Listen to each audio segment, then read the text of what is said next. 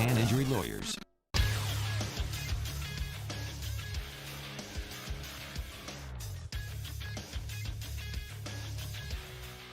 Good morning. It is 7 a.m. on Friday, March the 19th. Today in Baton Rouge, expect partly cloudy skies with a high of 57.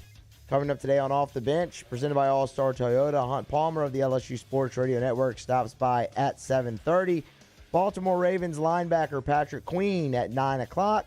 FanDuel's Megan Making Money will be here at 9:30. You can follow today's show on Twitter and Instagram at OTB_ESPN. Watch live at the 104.5 ESPN YouTube channel or on Cox Sports Television. You can interact inside the Bayou 40 YouTube chat. Hour number one of Off the Bench starts right now. Let we go. All-Star Toyota presents Off the Bench with Jacob Hester and T-Bob Hebert. Yeah. Off the Bench with Hester and T-Bob. Hey, P, they said I got to come off the bench. All-Star Toyota presents Off the Bench with Hester and T-Bob. Yo. Yo, what's happening, y'all? Welcome in. It is officially Friday. That's right, baby. Friday. Feeling good. The weekend is here. And we're here to break down what promises to be a weekend chock full of sports. I don't know the etymology of chock full, but that's exactly what this weekend will be. And you know what's interesting, fellas? Hey, fellas. What's up, fellas? Sup, fellas? What's interesting is that it's some sports that we haven't seen in a while, right? I think it's been, 700-something days since the last NCAA tournament. And that's about to begin in earnest today. Matthew Musso, I'm sure you're all too aware, it's been 22 months since the last SEC baseball game for your LSU Fighting Tigers. I'm sure you never in your wildest dreams growing up in Alec Box would have ever thought you would go 22 months without seeing the Tigers in SEC play. You would be correct. And so, correct me if I'm wrong, last time out was what? I think I read 13-4 against Vanderbilt. Was that the SEC championship? It wasn't the championship. It was the semifinals. Yeah, they had that roundabout where I think they lost early. Started that game? Yes, I think so, actually. I'm not. Well, here's to hoping 22 months later that Devin Fontenot can remain in fine form going into this weekend as it's back, baby. So a lot going on today. We'll get to Jim. We'll get to it all. And headlines brought to you by Barbecue Guys.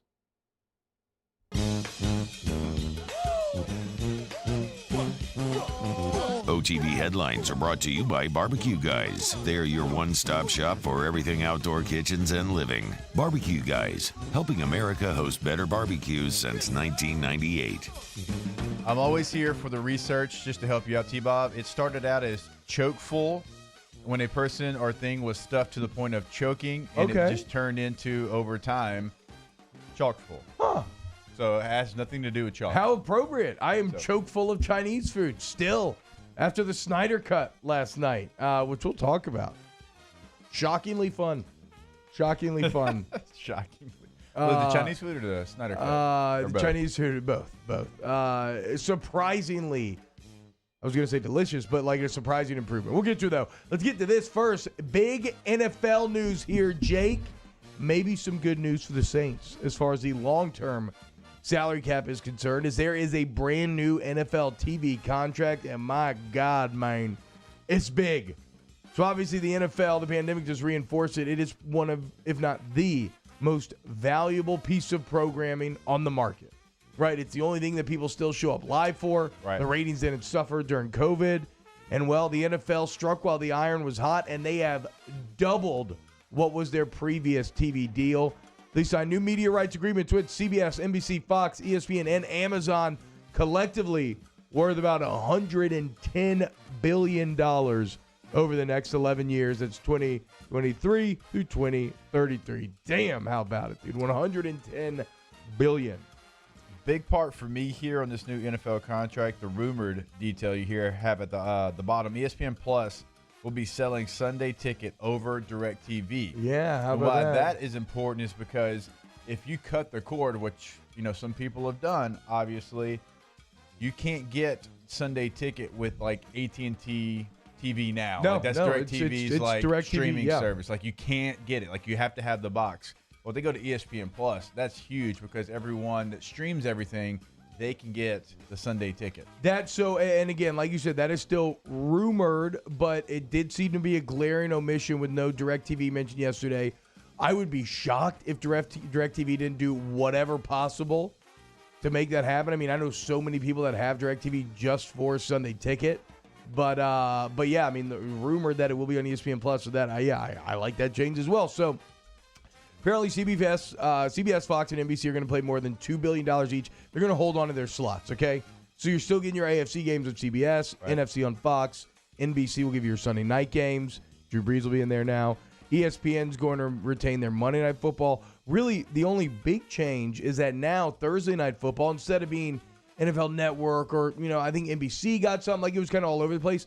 Thursday Night Football is now the exclusive property of Amazon Video. So if you have Amazon Prime, you can now watch all of these Thursday Night Football games exclusively on Amazon. And if we want to go big rumors, 4D chess here, Jake, this does pave the path, I think, for an eventual hostile takeover of somebody where Bezos becomes an owner. I'm guessing it's Washington football team.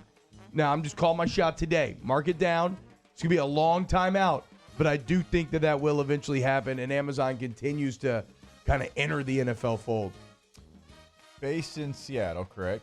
Bezos? I don't know. I mean, I guess, right? But you're that wealthy. Are you based anywhere? Right? Yeah, like if he just wants to he basically rules the world. So it's like he wants to be an NFL. If he wants to be an NFL owner, the owners would love to have him. Dan Snyder's a black mark on the owners. I'm just saying. I'm just calling my shot. Just wait and see if it happens. NCAA tournament. The first four is in the books, and man, what a first four it was. So I was unfortunately so deep in the Snyderverse, I missed it all. But how were the games last night, Jake? Seems like they were excellent. No, there were some good games. You had some leads that looked like the team was going to run away, like in the Wichita State Drake game. Drake fights back, and then it came down to the final shot. Wichita State shot a three to try and win the game. Texas Southern was down, I believe, 30-20 at halftime. They come back on Mount St. Mary's and win that game 60-52. Johnny Jones, former LSU coach, gets a tournament victory there. App State, really liked them before the game, but Norfolk State really controlled the pace of that game. They get a win there. And then UCLA fall back. UCLA was down double digits multiple times in that game, and UCLA won it in overtime. So yesterday was fun, man. It started out the right way. You had 2 one-point contests. You had an overtime game, and then even the game Texas Southern won, it was still a close game for a majority of it, so no blowouts. Yeah, so for the first time in almost 2 years, the tournament kicking off with a bang. And again, congratulations to Johnny Jones and Texas Southern. Also, 2 HBCUs winning tournament games on the same day for the first time ever. So just a great start to March Madness. In Pelicans news, of course, the Pelicans, the opposite of good news when it comes to basketball many times. And they fall to Portland 101-93. No surprise here, right? We said it yesterday. You were never beating Portland twice in this series. So, like, the one that you had, you blew. You weren't getting this one. Lo and behold, that ends up being the case. LeVar Ball's back out there making headlines. I'm talking about how Lonzo hates New Orleans. They're going to trade Lonzo, blah, blah, blah. Dude, whatever. If you hate New Orleans, get out of here, okay? If you don't want to be here, I'm sick of that. I mean, you went through with Eric Gordon. If you don't want to be here, just get out of here. For whatever this is worth, though, Zion Williamson has 19 consecutive 20-point games. That is the longest streak in Pelicans history. Shout out Andrew Lopez. That's whose Twitter I found that on. I wonder if that extends to, like, the Charlotte part of the franchise or just... Oh, that's a great question. I'm not sure. Yeah. But mainly, to me, I was just Vlade Divac was a dog. He was a dog. Maybe. No, probably Alonzo Mourning or Larry Johnson. I'm trying to remember which Hornet was my favorite back in the day. Was he like not Eddie Smith? Can't remember. It doesn't matter. Eddie Jones? Maybe so. I think so. Was it Temple? Yes. But all to me, I was like, okay, so Zion continues to do things that Anthony Davis never did. Yep. And LSU baseball, like I said, been 22 months since they last played SC baseball. That'll change tonight at 6 p.m. against Mississippi State. We talked to Coach Maneri about it yesterday. Here's what Coach Maneri had to say about the Bulldogs.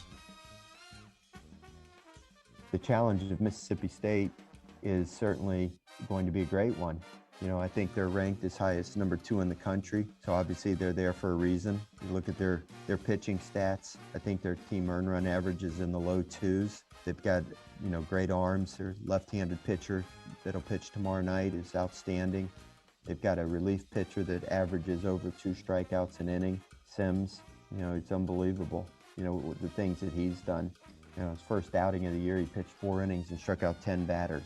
The next outing, he threw 3 2/3 innings and struck out 10 batters. I mean, he strikes out everybody he faces. It's unbelievable. They need to make a new league for that guy. So they've got great arms. It all starts with that, but they've got a solid lineup. They've got power, speed. I mean, there's no weaknesses. Woo, woo. I'm getting all excited. 3 2/3, 11 batters, right? Yeah. And he struck out 10. Wow. Okay, let's go, boys. Efficient. Jay Nell takes them out tonight, 6 p.m. Yeah, just slightly, right? 6 p.m. first pitch tonight, 6:30 on Saturday, 2 o'clock on Sunday. Let's do this thing. LSU spring practice number 2 was in the books, and Miles Brennan talked to the media. How about this? Miles Brennan injury last year was so odd that he almost became a new Tommy John. Like, it was an injury. He like if he had surgery on this injury, they'd never seen it before, it would have been a Miles Brennan surgery. Now they end up letting it heal. We'll talk more about just how crazy what you saw last year was. But here is Brennan on what it was like trying to diagnose such a rare injury. I saw a lot of doctors. We sent the MRI to NFL teams, to professional baseball teams, to professional golf coaches, anything, tennis, anything with like the torquing of the lower abdomen, just to see if they had any advice. And no one had ever seen an injury like this in this exact spot that I had it. And so the doctor I went and met with here in Baton Rouge pretty much told me that I had 2 options. I could either let my body heal it on its own and take it literally a day at a time. And I know that's very cliche for life, but it was literally a day at a time to see if my body would heal it on its own. And if not, he said we could do surgery, but I personally have never done surgery on this. He said, so we'd be naming the surgery after you if you wanted to. And I didn't really feel that comfortable with that. So I was gonna, give my body healing it on its own the time. And obviously, if worse comes to worse, then I would have gone with the surgical route. Yeah, so that's what Miles Brennan was dealing with when he completed like 65% of his passes for 400 yards and 4 touchdowns against Mizzou. Yeah, I remember talking with different people around the building. They said when it happened, like, we thought it was something that we've seen before. They said, like, we've never seen it. Like, we sent it to 7 doctors with a lot of experience, and they had never seen it where it was and whatever it was to that point. So, yeah, I can imagine that'd be a little scary. Like, as cool as it would be to be Tommy John. Yeah, you don't want to be You don't want to be the first guinea pig. You don't want to be the first through the door on surgery. In Saints news, defensive back P.J. Williams agrees to terms to sign back with the New Orleans Saints on a 1-year deal worth $2.3 million, fully guaranteed. So the Saints secondary retaining a piece that P.J. Williams' greatest thing is versatility, right? Even last year playing safety when I don't think he played safety since like high school or maybe college or something along those lines. And so a bit of a utility guy back in that Saints secondary at a great price. You needed some corner. Yeah. Depth, Yeah. You need. You released, some of your starters. You're still looking for a starter. I don't think that's going to be P.J. Williams. I think he's a good player. I think he has a role in this team. But look, you still got to go out there. You got to get someone opposite. Well, and when you look at like Hardy and some of the other guys you lost, some of your special teamers, those are also guys in the DB room. So it's a little light over there. And finally, in LSU gym news, the week between the end of the regular season, they had last week off, and Coach Jay Clark says the girls are healthier than they have been in years entering the SEC meet. So tonight, the number 2 seeded Tigers will compete at 7 p.m. at the Von Braun Center, Probst Arena in Huntsville, Alabama. Be shown on the SEC Network. Go Tigers. Let's go. Bring it home. Postseason for LSU Gym. All right, headlines are in the books. When we get back, preview some of this weekend's action, and there's a lot of it, and it's all over the place. So keep it locked right here on Off the Bench. OTB headlines are presented daily by Barbecue Guys. Remember, the most popular grill on the market is Blaze Grills, premium gas grills that combine expert engineering and dependable performance, all backed by a best-in-class lifetime warranty. Visit barbecueguys.com or our local showroom to learn more about Blaze Grills. Off the Bench with Hester and T-Bob, ESPN Baton Rouge, New Orleans, Alexandria, and 1130 The Tiger. Go to GEAUXroof.com. That's GoRoof.com for all of your roofing needs. When you call Go Roof at 927-8300, hit them with a rooftop when they answer the phone. And then what you'll learn is they'll come out to your home for free and give you a free professional estimate. That's right. No upfront money for them to come out, check your situation out, and give you a fully informed take on where you stand. And so when you are then fully informed, you can make, you guessed it, a fully informed decision about what is best for you and what comes next. Now, when the work starts, of course, everybody's licensed, bonded, and insured, and they stand by their work. 2-year workmanship guarantee on top of the manufacturer warranty. So you have that peace of mind that you're looking for when you're talking about jobs that can be as big as something like your roof. And so, look, you need monthly payment options. They can work with you. They have excellent deals. And you'll get a beautiful new roof every single time. 927-8300, GoRoof.com. In times of need, get a full list of phone numbers, websites, and other important emergency information on the Demco Stormwatch page at 1045ESPN.com. $29,995 for a new Ford F-150. Bayou Ford in La Place has brand new 2020 Ford F-150s for only $29,995. All new Bayou Ford vehicles come with a 1 million mile powertrain warranty, and with Bayou to You, free delivery right to your door. The crew at Bayou Ford is going to do right by you. I've been doing business with Luba for 25 years. They're dependable, trustworthy. It's just the attention to detail with our clients. Our folks have years and years of experience. They're highly trained professionals, but many companies have that asset. What I'd like to think makes Luba a bit different is that we use those talents in a way that truly is dedicated to serving the needs of the folks who depend on us.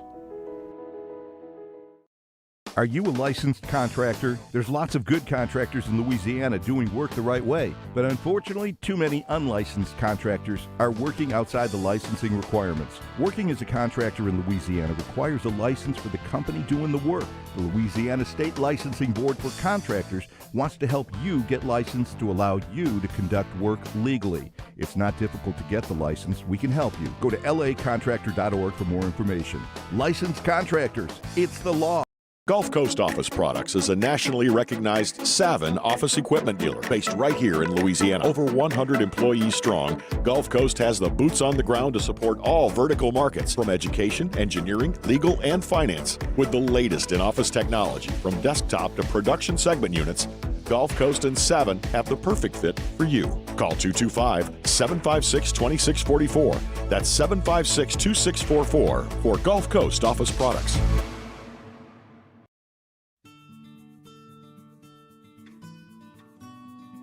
This is a house call.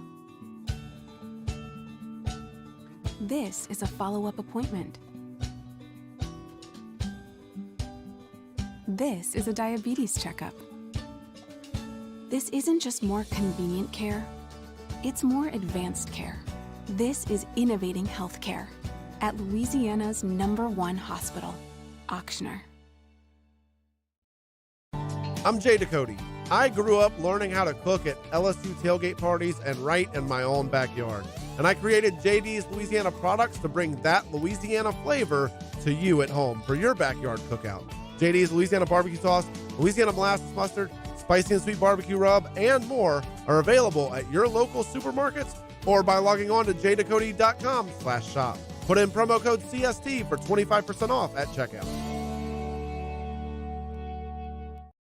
Sports wouldn't be the same without the die-hard fans. That's why we're highlighting the fans that do the most. 104.5 ESPN Baton Rouge brings you the Citizens Bank Fan of the Week. Check it out at Join us for Magnolia Madness on Jimmy Ott's Game Time, beginning on Friday at 10 a.m. We're live from Magnolia Bluffs in Natchez to look for all the angles in the NCAA tournament and preview LSU and St. Bonaventure. Game Time on 104.5 ESPN Baton Rouge.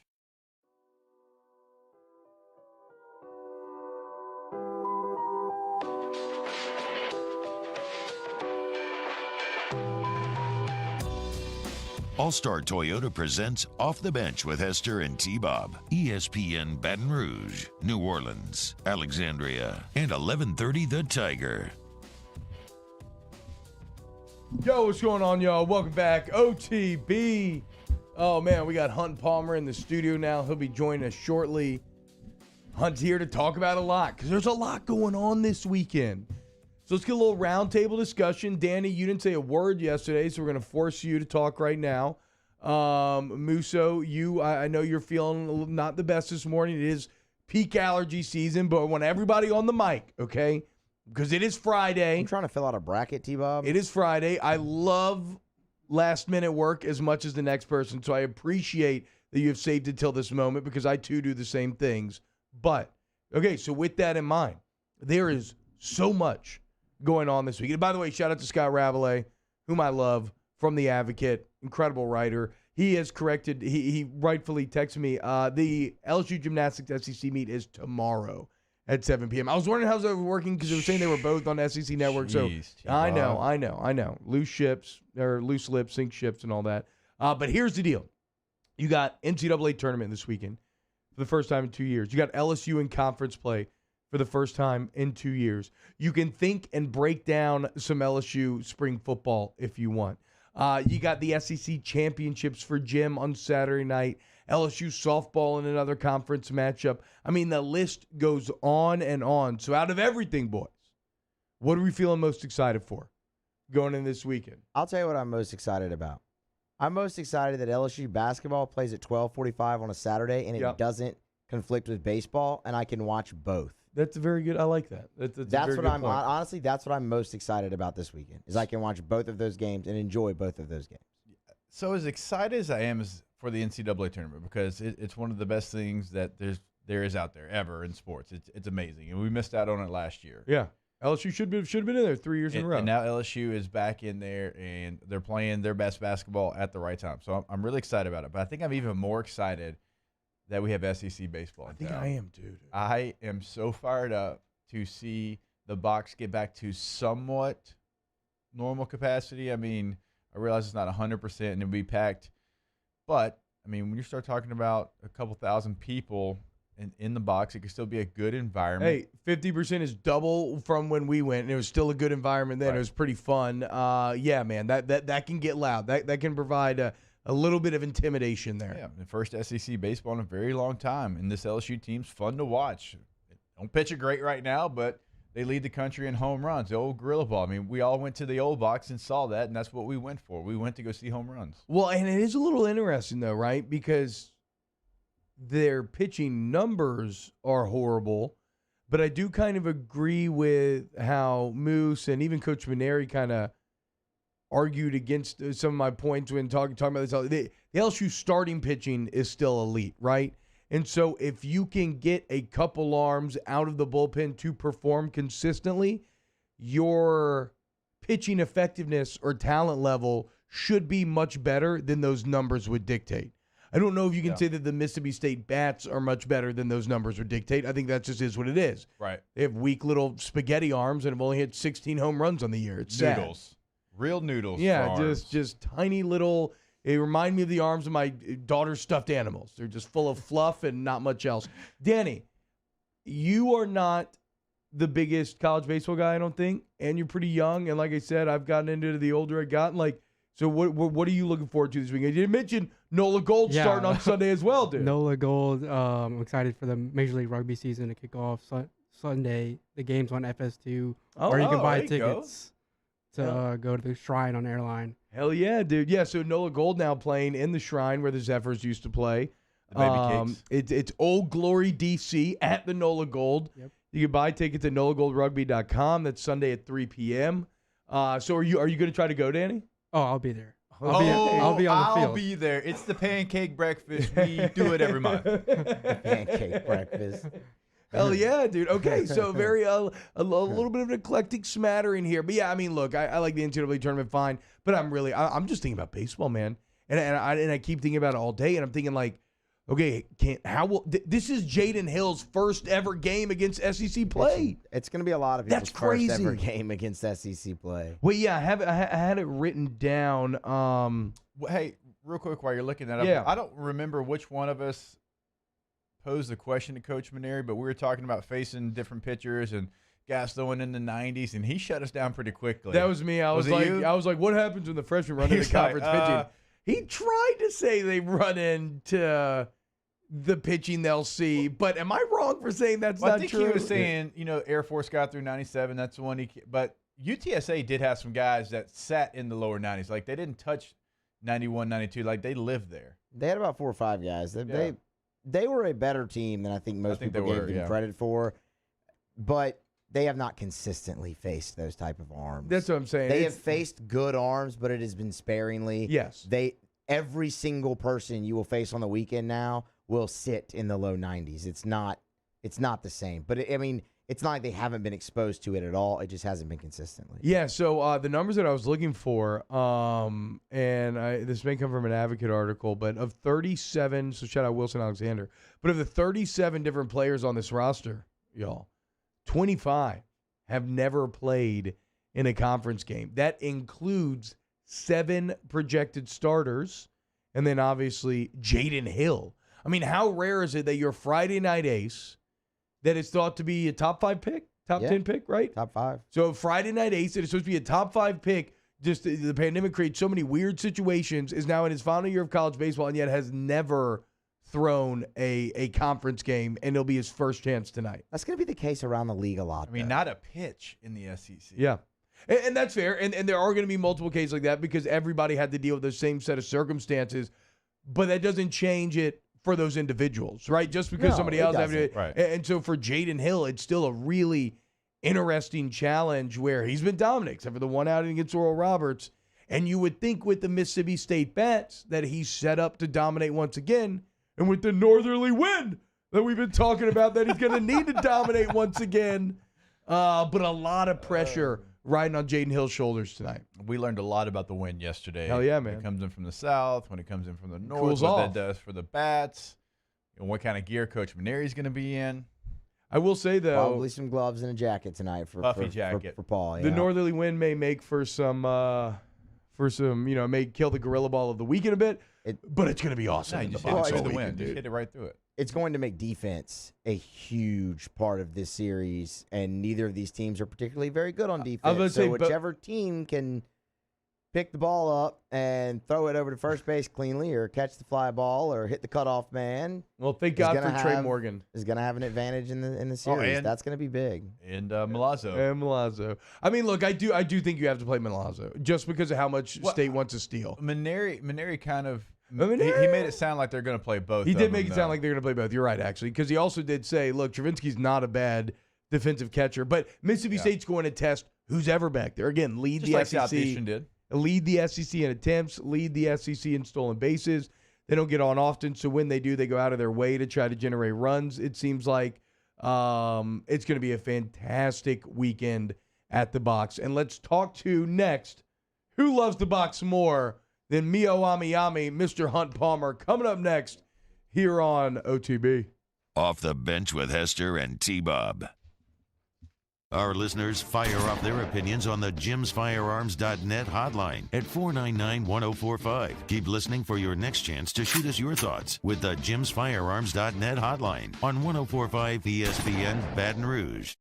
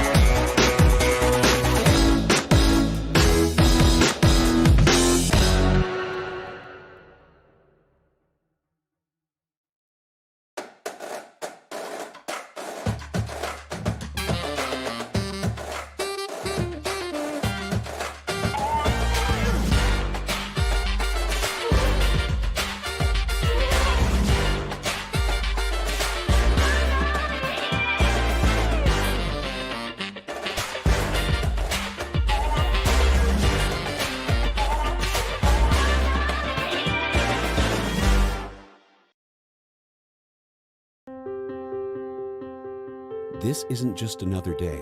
It's so much more.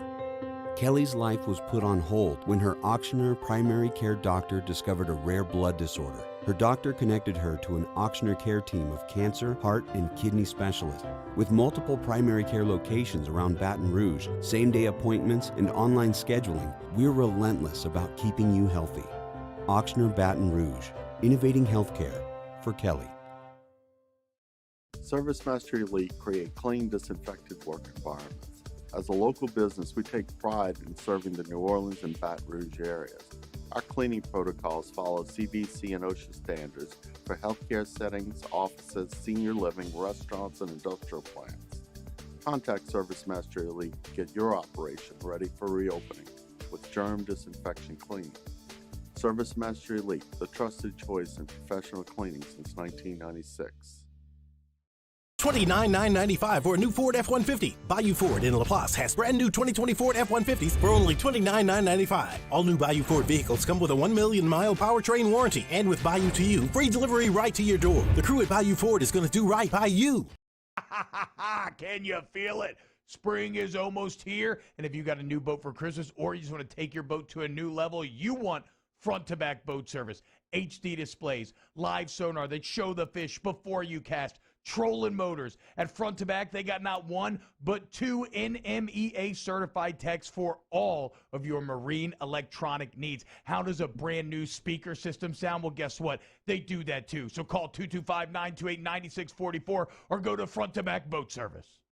50 years ago on Easter Sunday, Breck's Baton Rouge Zoo proudly opened our doors, and we've been hopping ever since. 5 decades of connecting people with animals, teaching our community about the problems facing wildlife and how we can help, and working with zoos across the world to protect endangered species. Today, our future is taking flight by stretching the possibilities of what your zoo can become, while we keep it fun and affordable for everyone. Thanks for coming along.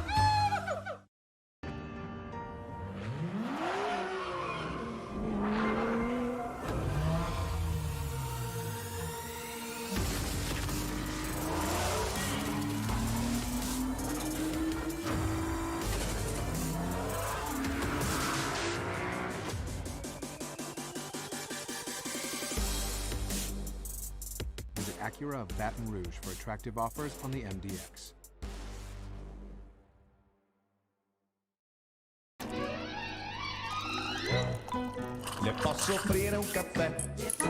Hey, it's Matt Moscona inviting you to join us for Friday's AFR presented by Don Juan Cigar Bar. The Riot Radio Hour returns, previewing LSU opening conference play against Mississippi State and the Big Dance. Join us 3 to 6, 104.5 ESPN Baton Rouge.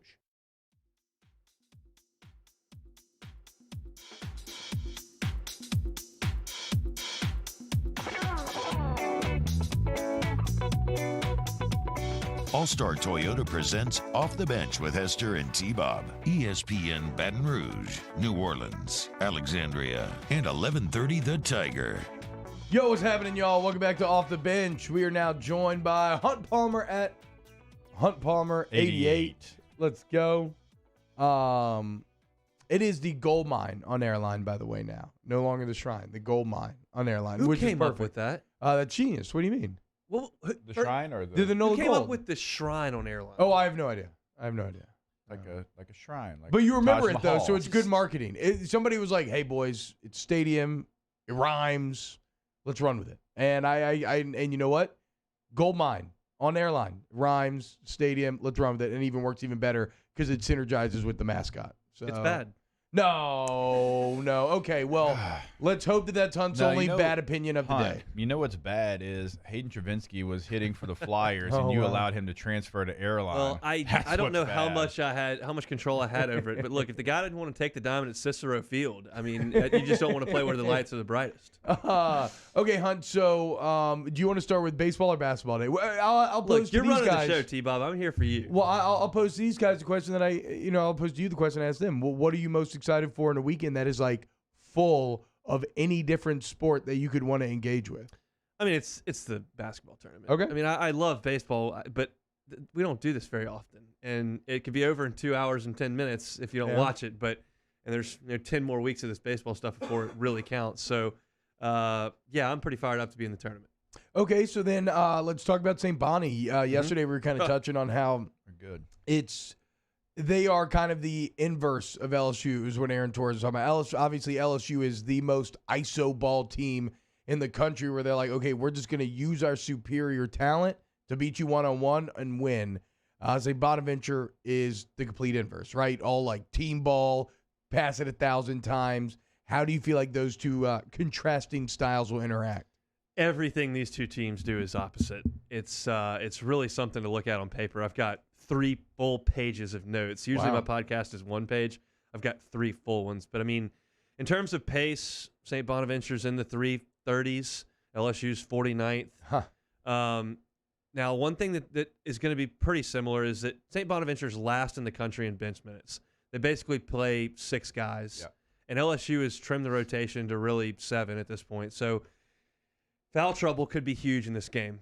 I think that's really the first thing I pointed to when I looked at the stats, because Oshuniyi, their 6'10 center, is really athletic. He's got a lot of Tyrus Thomas similarities in the way that he plays. He's long, really long, very athletic, blocks a ton of shots. He's blocked 20 shots in their last 4 games. Twice he's blocked 7 shots in the last 4 games. And he's going to be guarding Watford, I think. Yeah. And that's the guy who was taking the ball to the rim for LSU all week in Nashville. Yeah. Now, you could see him totally neutralize Watford. You could see Watford taking it to him, get him 2 fouls in the first 4 minutes. He's got to go to the bench. They don't have anybody else to do the things he does. It's 4 guards and him. So that's, to me, the biggest thing right out of the chute. But, yeah, it's a St. Bonaventure team that wants to go slow, wants to be deliberate, wants to assist on passes, and it's LSU that wants to go, wants to score, wants to shoot. What about, so what was the big guy's name again, just so everybody locks it in? Oshuniyi. Oshuniyi. Yep. Okay, so if LSU does get past St. Bonnie's then, or I guess, the Bonnies, whatever. I wanted to bring this up. You're going to love this. So I was messing around on the internet earlier this week and get you in some trouble. Well, look what I uncovered. So I went to Catholic school. My wife's Catholic. I was looking around like St. Bonaventure. I wonder what St. Bonaventure is the patron saint of. So I looked it up. Okay, hell yeah. Bowel disorders. I mean, dude, that's right out of the T-Bob special right there. Yes, absolutely. Huh? I think I have a new dark horse here. If they beat LSU, I know who I'm hitching my wagon to. Bowel disorders. Yeah, man. Think about it back in the day. It had to be some pretty scary stuff. You needed somebody to pray to. Like now we have a lot of medical understanding. That makes a lot of sense. Back in the day, you needed that picture of St. Bonnie to put your energy into to try to feel a bit better. Yeah, that's not where I thought you were going with that. You do have to wonder, what did Mr. Bonaventure do to become the patron saint of bowel disorders? I didn't get that deep into it. Well, look, he created Pepto-Bismol. Here's to hoping that the Bonnies have a little bit of a bowel disorder then on Saturday. So even though this is we should not do this and look ahead of the Bonnies, because obviously they beat a St. Louis team, they beat LSU. They play in a good conference. The A-10 is a good conference, and if you're not familiar with it, VCU, who got an at-large into this tournament, Davidson, St. Louis, who we all know, like you just mentioned, T, they beat LSU. Of course, UMass has been down, but Dayton last year would have been a 1 seed. They're in this conference. Richmond. So this is a good basketball conference that they just went out and they dominate. They were 11-4 in conference play. They win the conference tournament. So they play good basketball all year long. Now, it is going to be a full weekend of action, though, before we get to talk about this again. If they pass that test on Saturday, how do you feel about them making it to weekend number 2?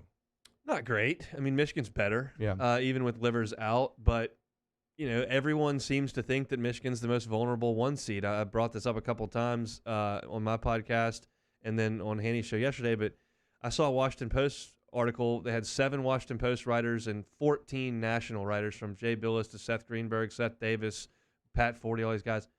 Of the 21 guys, 3 of them picked Michigan to win the bracket. So 1 out of 7 picked Michigan to get through. That's Alabama, Texas, Florida State, LSU. There's a lot of teams that they feel like Michigan's pretty vulnerable. It's going to take LSU going out there and shooting the lights out. And they've got to rebound. That's the biggest key. The second chance points, I believe, will be the death of this team, whether that's Saturday, Monday, or at some point moving forward. But if LSU rebounds, they'll be fine. Okay, so that's LSU basketball. What about baseball, Hunt? The first conference series here, first conference games in 22 months, a top 10 matchup, one team that's just hitting the hell out of the ball, one team that's pitching the hell out of the ball. Does Mississippi State have the edge going into this series? They're a little more proven to me based on their schedule. Obviously, going to Texas and winning 2 out of 3 against Texas, TCU, and Texas Tech is impressive. And then, I think Tulane's pretty good, and they had a really closely contested series with them. I don't think it's a huge chasm between the two teams. But, again, LSU's strengths right now, obviously the starting pitching and then the power with the bats. The power with the bats to me has to be substantiated over the next 3 weeks. It's really asking a lot this week with cool temps and really good arms to say, hey, I need you to hit 6 home runs this weekend. That's not going to happen.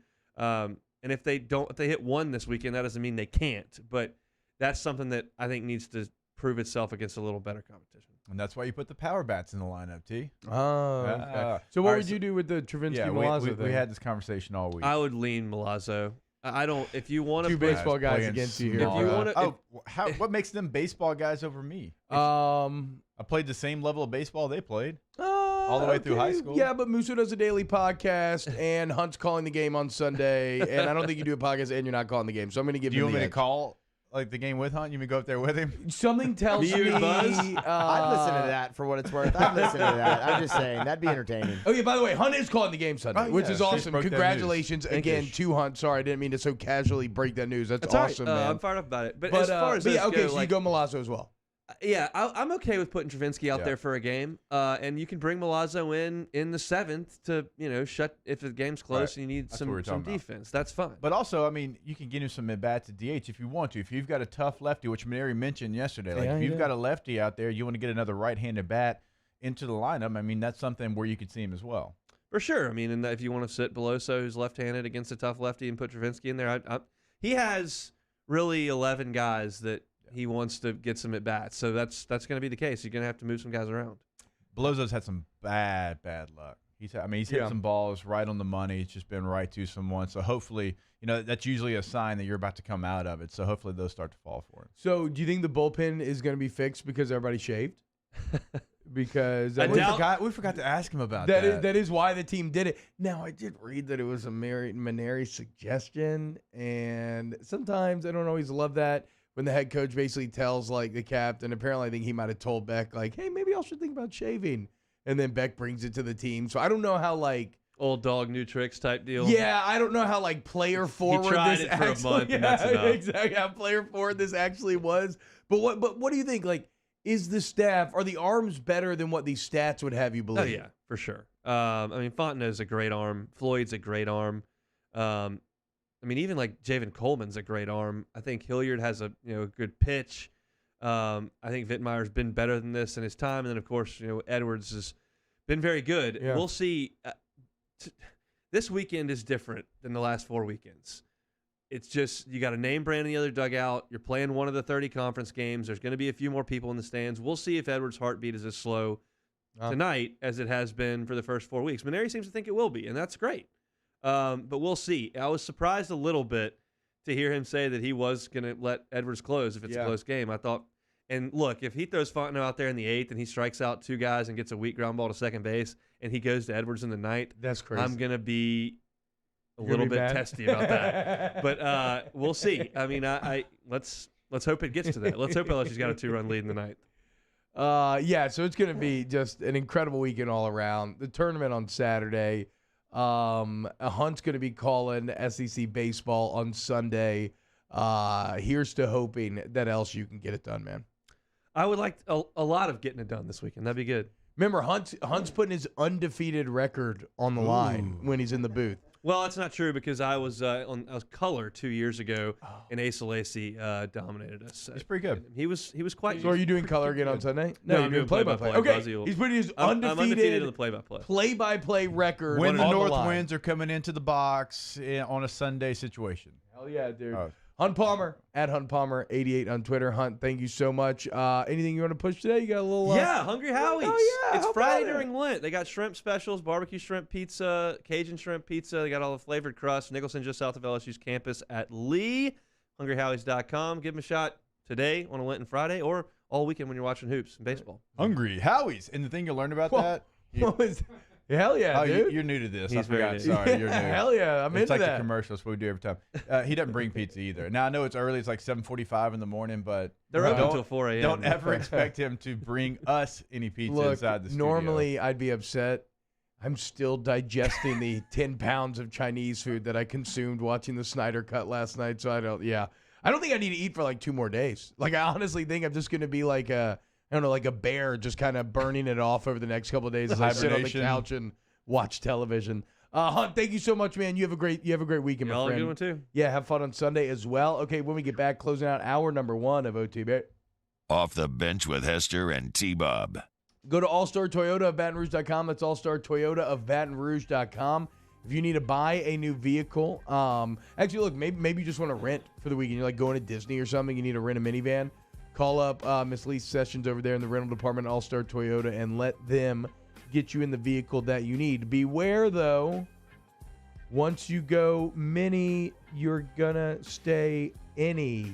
You're going to buy one, is my point, because it's awesome. Once I first touched a Sienna, I knew I'd finally found the car that was right for me and my family. And if you've got a question, allstartoyotabatonrouge.com, there's a chat feature. It's going to pop right up. Any question you might have, they're going to be able to answer that right there on the spot. And remember, right, like T said, you can rent a car. There's used vehicles over there. Of course, they've got your new inventory. No matter what your lifestyle or your family's lifestyle calls for, they've got you covered all over at All-Star Toyota. All-Star Toyota of Baton Rouge.com. All-Star Toyota of Baton Rouge.com. We opened up the playbook and expanded our coverage. Listen daily in high definition on 98.1 HD2. We are 104.5 ESPN Baton Rouge. At All-Star Toyota, you get it all. If you're in the market for an all-new Toyota vehicle, come see our friendly and knowledgeable sales team at All-Star Toyota. Located in Baton Rouge at the corner of Airline and Goodwood, we've been serving our community since 2005 by offering a large selection of new Toyota cars, trucks, and SUVs. Get behind the wheel of your dream car and take a test drive at All-Star Toyota today. To the heroes who are working tirelessly to care for our communities, we thank you. We will never forget the countless hours you dedicated on the front lines, choosing to risk your own health to fight for our friends, neighbors, and family members. I mean, you guys are out on the front lines fighting it. We are grateful for your heroic acts and unwavering spirit. Together, we are overcoming this adversity and make our state healthier and more vibrant again. Auctioner Health. Starting in 1974, Central Plumbing has served Baton Rouge and surrounding areas for all of their plumbing needs. Through these tough and trying times, we want you to remember that the Payne family is here to continue to support and serve you. As a multi-generational business, there is no job that is too big or too small. Residential, commercial, industrial, hospitality, we're here for anything you need. 24/7, 365. Give us a call, 225-925-8552. It's no secret. The best oysters in Baton Rouge are at Jolie Pearl Oyster Bar. Enjoy mouth-watering South Louisiana flavor and oysters from all over the country. And don't forget our nightly drink specials.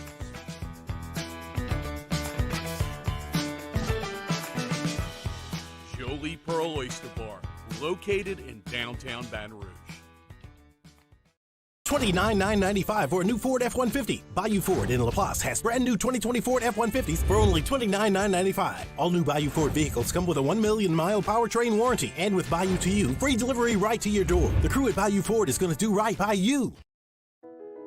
I've been doing business with Luba for 25 years. They're dependable, trustworthy. It's just the attention to detail with our clients. Our folks have years and years of experience. They're highly trained professionals, but many companies have that asset. What I'd like to think makes Luba a bit different is that we use those talents in a way that truly is dedicated to serving the needs of the folks who depend on us. Are you a licensed contractor? There's lots of good contractors in Louisiana doing work the right way, but unfortunately, too many unlicensed contractors are working outside the licensing requirements. Working as a contractor in Louisiana requires a license for the company doing the work. The Louisiana State. Join us for Magnolia Madness on Jimmy Ott's Game Time, beginning on Friday at 10 a.m. We're live from Magnolia Bluffs in Natchez to look for all the angles in the NCAA tournament and preview LSU and St. Bonaventure. Game Time on 104.5 ESPN Baton Rouge.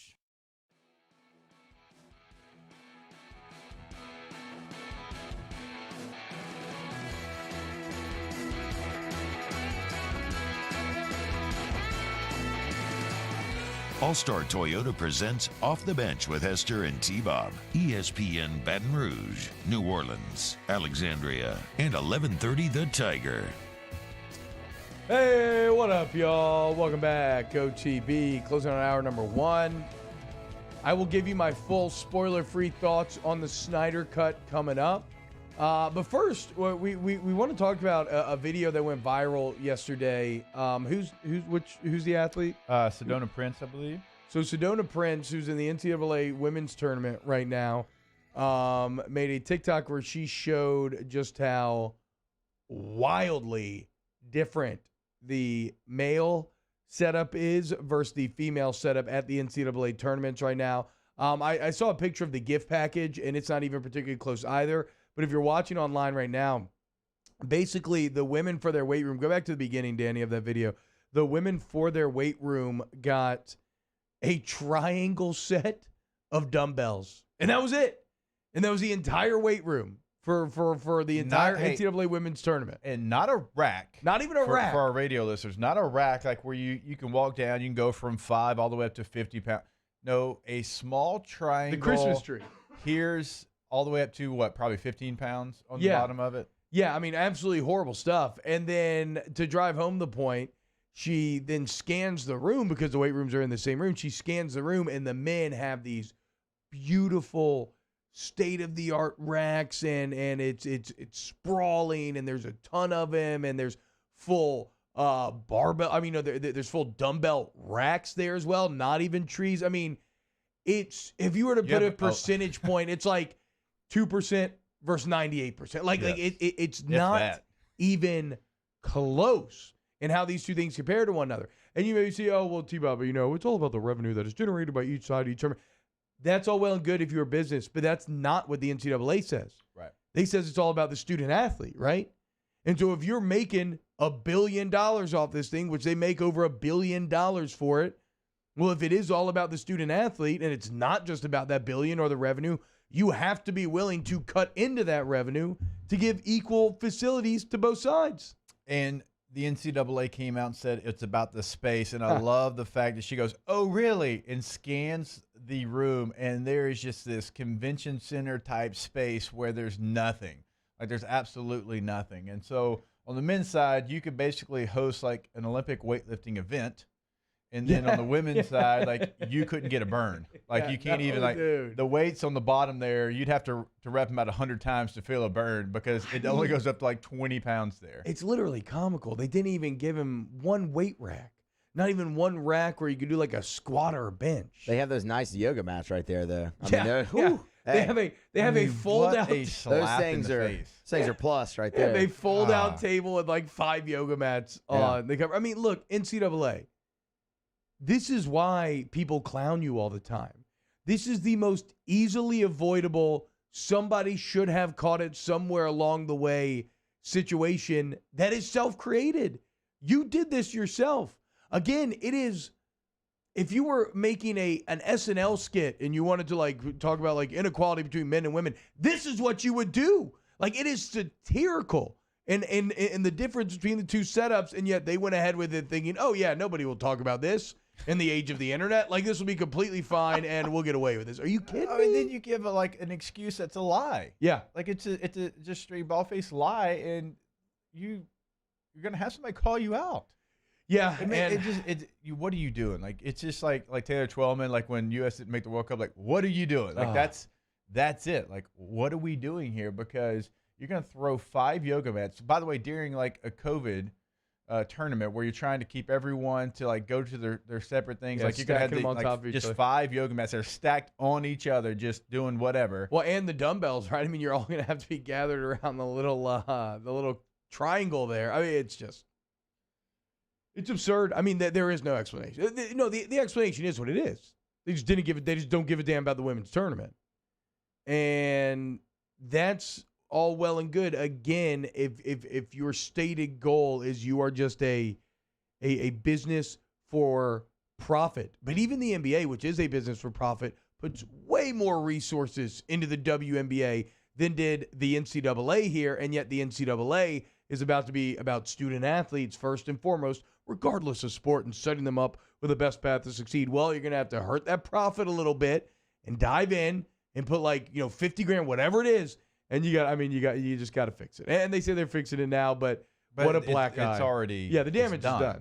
It's done. So now you're going to look like a buffoon going up there and then putting in this weight room. Yeah. But at least for the players, it is getting I was going to say, though. at least for the players, they'll have a better setup, but it just shows the NCAA once again shows their true colors. They just can't help themselves and what their true motivating factors are. Again, it's why the players need to start getting paid. Yeah, what are you going to do? Hour 1 of the books. Hour 2 coming up next. Off the Bench with Hester and T-Bob. Go to Ochsner.org today. Ochsner.org today, baby. You want to get bigger, stronger, faster, okay? You're junior high, high school. Maybe you're an ancient athlete. Maybe you just want to get in shape, but you like athletic types of workouts that'll make you bigger, stronger, and faster. You want to check out Ochsner Performance Training. Doesn't matter if you're here at the Grove in Baton Rouge, if you're on the North Shore in New Orleans. Ochsner Performance Training uses the latest techniques that the pros use, that major college uses in order to maximize your athleticism. And maximize is an interesting word when I think about Ochsner, because it seems to be what they do through their facilities, through the talented people they hire. They maximize their ability to get you healthy and maximize your quality of life. And so if you have any nagging pains, anything you think you need to get checked out, stop putting it off. Go in Ochsner and let them get you right today. Go to Ochsner.org. Gulf Coast Office Products is a nationally recognized Savin office equipment dealer based right here in Louisiana. Over 100 employees strong, Gulf Coast has the boots on the ground to support all vertical markets, from education, engineering, legal, and finance. With the latest in office technology, from desktop to production segment units, Gulf Coast and Savin have the perfect fit for you. Call 225-756-2644. That's 756-2644 for Gulf Coast Office Products.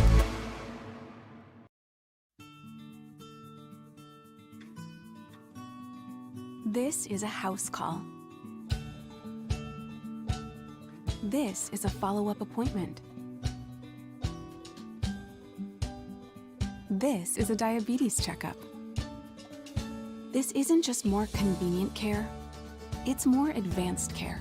This is innovating healthcare at Louisiana's #1 hospital, Ochsner.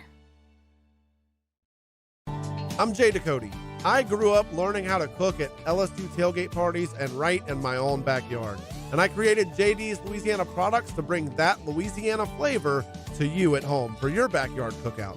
JD's Louisiana barbecue sauce, Louisiana molasses mustard, spicy and sweet barbecue rub, and more are available at your local supermarkets or by logging on to jducote.com/shop. Put in promo code CST for 25% off at checkout. ServiceMaster Elite create clean, disinfected work environments. As a local business, we take pride in serving the New Orleans and Baton Rouge areas. Our cleaning protocols follow CDC and OSHA standards for healthcare settings, offices, senior living, restaurants, and industrial plants. Contact ServiceMaster Elite to get your operation ready for reopening with germ disinfection cleaning. ServiceMaster Elite, the trusted choice in professional cleaning since 1996. Can you feel it? Spring is almost here, and if you got a new boat for Christmas or you just want to take your boat to a new level, you want front-to-back boat service, HD displays, live sonar that show the fish before you cast, Trolling Motors. At Front to Back, they got not one, but 2 NMEA certified techs for all of your marine electronic needs. How does a brand new speaker system sound? Well, guess what? They do that too. So call 225-928-9644 or go to Front to Back Boat Service.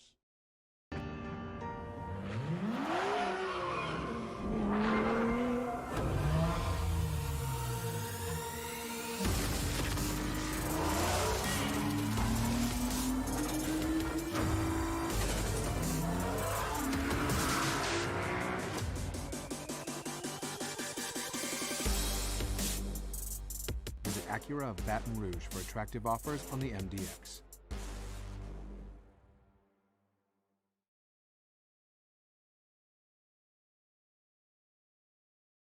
Is brought to you by Spencer Callahan Injury Lawyers.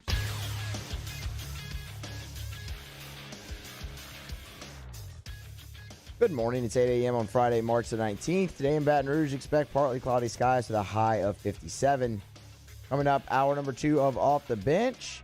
And in hour number 3, Patrick Queen leads us off at 9 a.m. Megan Making Money joins the show at 9:30. You can follow the show today on Twitter and Instagram at OTB_ESPN. Watch live at the 104.5 ESPN YouTube channel or on Cox Sports Television. Get inside the Bayou Ford YouTube chat to interact with the show. Hour number 2 of OTB starts right now. All-Star Toyota presents Off the Bench with Jacob Hester and T-Bob Hebert. Yeah. Off the Bench with Hester and T-Bob. Hey, P, they said I got to come off the bench. All-Star Toyota presents Off the Bench with Hester and T-Bob. Yo.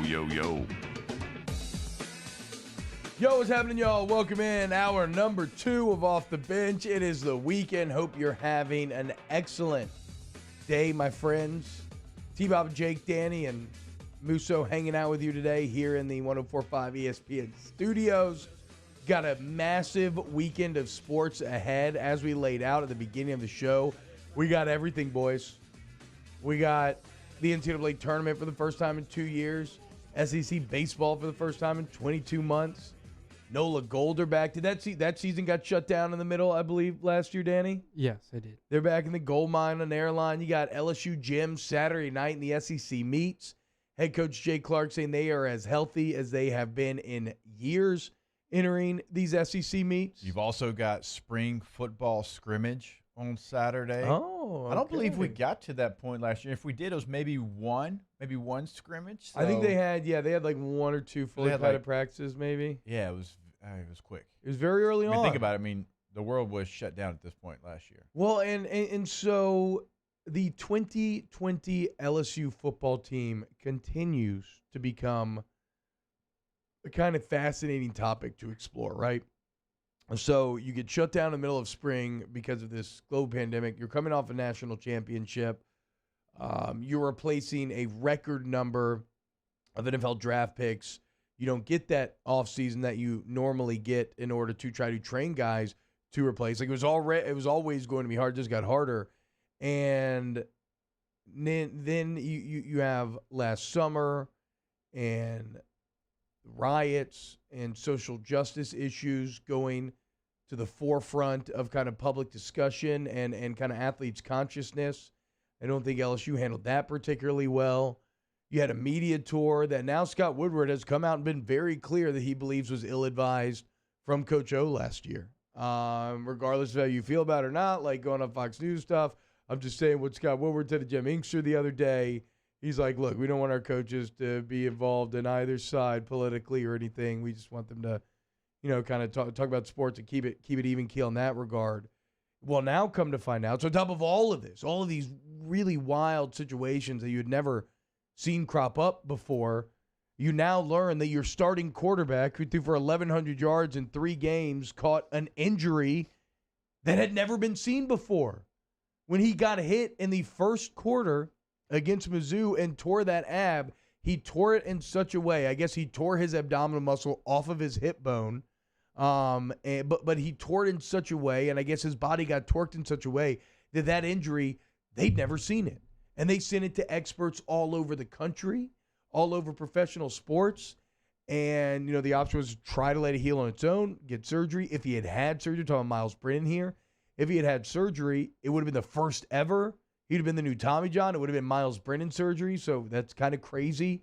But it just shows, like, this was a team that had a ton of very odd, long odds things come at a time when they were already losing massive talent, and yet they still found a way in the end to go from 3-5, looking like they were going to be 3-7, to finishing 5-5. And so it's just the story of like the 2020 team is a team that will largely be forgotten to time. Yeah. But it for me at least, it will always occupy some brain space because what a crazy year it was. And now we're learning it was even crazier than we thought. Right. So with all the things that you said, I think we start with the beginning. You lost a ton of leaders. Yeah.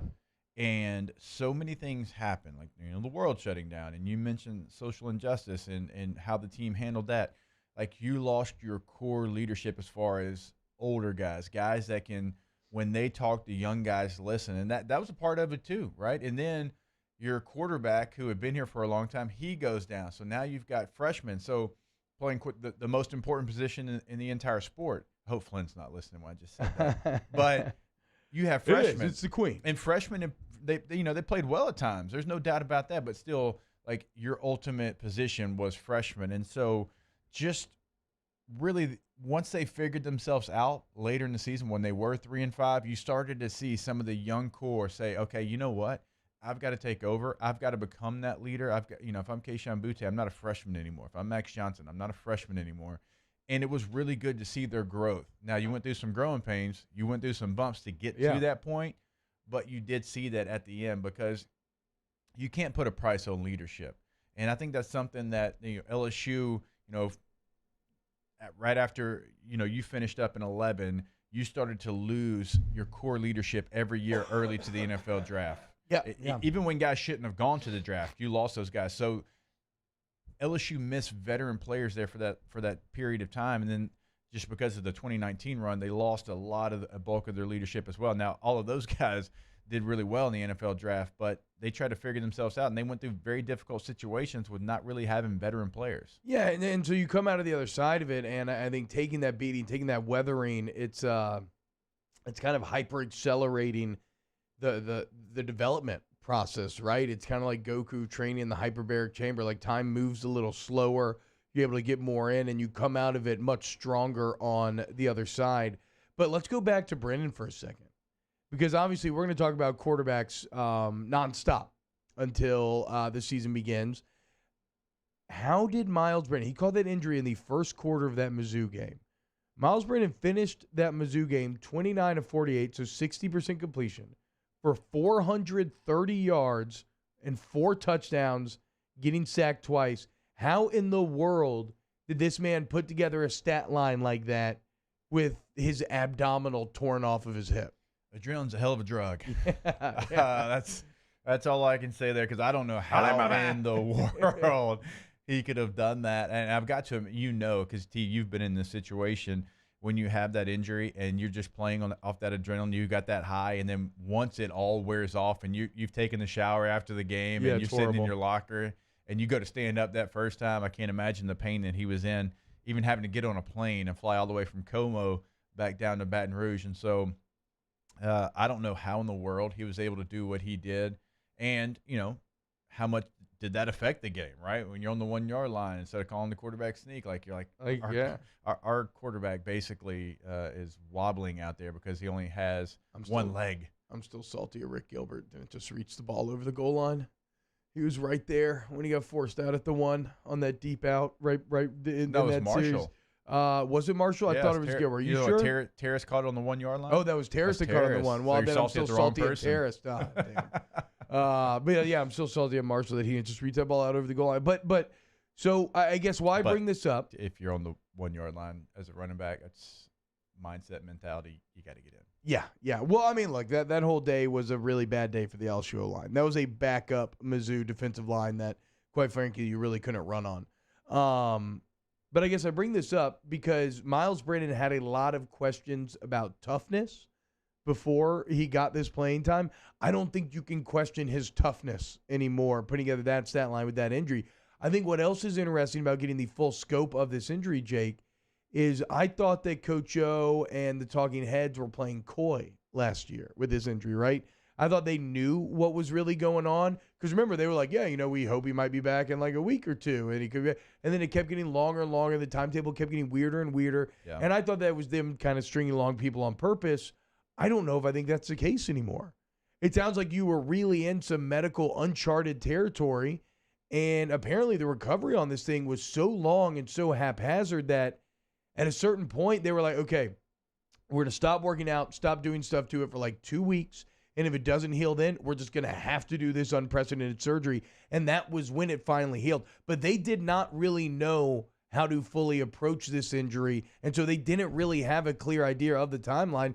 And so you kind of come out on the other side. I'm like, okay, maybe they were actually telling the truth throughout this process when they just didn't seem to know what his timetable was like. I can tell you from a very good source that they had no idea. They didn't know what it was. They didn't know what the timetable would be. They didn't know if surgery was the best answer. And like when you hear Miles say they send it to everyone, that's very factual, because even during that time, like I was hearing, we don't know if he is, going to be able to fight through this. We don't know if it's going to be 6 weeks. Like there's just so much unknown. That's why, like you say, unique, and you don't use that word lightly, because this was actually a unique injury, like one they had not seen. So they actually absolutely were being factual. They had no idea. They didn't know if it was going to be 3 weeks, 4 weeks, 4 months. And so now I wonder, it's like, okay, so we know Miles is tough. He's an upperclassman. And then we're talking about this quarterback job, and all of this caused me to revisit Brennan's stats. I forgot how kind of absurd Brennan was through 3 games last year. So through 3 games, Brennan was completed 60% of his passes for over 1,100 yards, 11 touchdowns, and 3 interceptions, 2 of them coming in that first game against Mississippi State. And if we just compare those to Mac Johnson's numbers, Johnson in that Florida game completes 58%, 3 touchdowns, no picks for 239. And then in that Ole Miss game, 52% for 435, 3 touchdowns, and an interception. Now, obviously, do not get married to these numbers in terms of, Miles, it's Johnson was younger, Miles way older. The competition that Johnson's faced, I think, was tougher than the competition that Miles faced, obviously. But at least statistically and from a toughness perspective, it looks like perhaps Miles Brennan is more ready than Johnson to assume that starting quarterback role. Now, maybe not. I mean, look, Johnson, because he's so young, you have to allow room for even more growth in the offseason. But, like, it's easy to see those numbers with Brennan. You learn about this injury and what he played through, and it's easy to start to become really excited about what he now could be with another year under his belt. These weapons have already developed when he's gone, and now an offensive coaching staff that, if nothing else, will customize and attack to highlight your strengths. I'll be very curious to see, the first couple of spring practices, exactly what Jake Peetz's plan is as far as the RPO stuff and how much he runs it and how much that's really going to be in the game plan, because we could talk ourselves into any quarterback. We could talk it into all of them. We really could. Like if we sat here and we're like, who's going to run RPOs? That's got to be Max Johnson. Or he's going to throw the ball down the field, right? Because, when I look at his history in coaching, there's been a lot of guys that are play action, deep routes. Like North Turner, that's who he is. He is going to run play action. He is going to run your post, corners, and your go routes. Like that's who he wants to be. Okay, so does he do more of that? It's all really, for me, like they're pretty even. Now you want to say who takes maybe a peg up? It's philosophy. Whatever the philosophy looks like, that's who I would give an advantage right now. Like, because to me, they're pretty equal right now. I wonder. I wonder if I think what will be key for Max Johnson winning this job, if he wants to pass up Miles, would be as a sophomore, and this is a big ask, but when you saw it of Matt, I certainly think he's capable. As a sophomore, can you open up the full breadth of the playbook?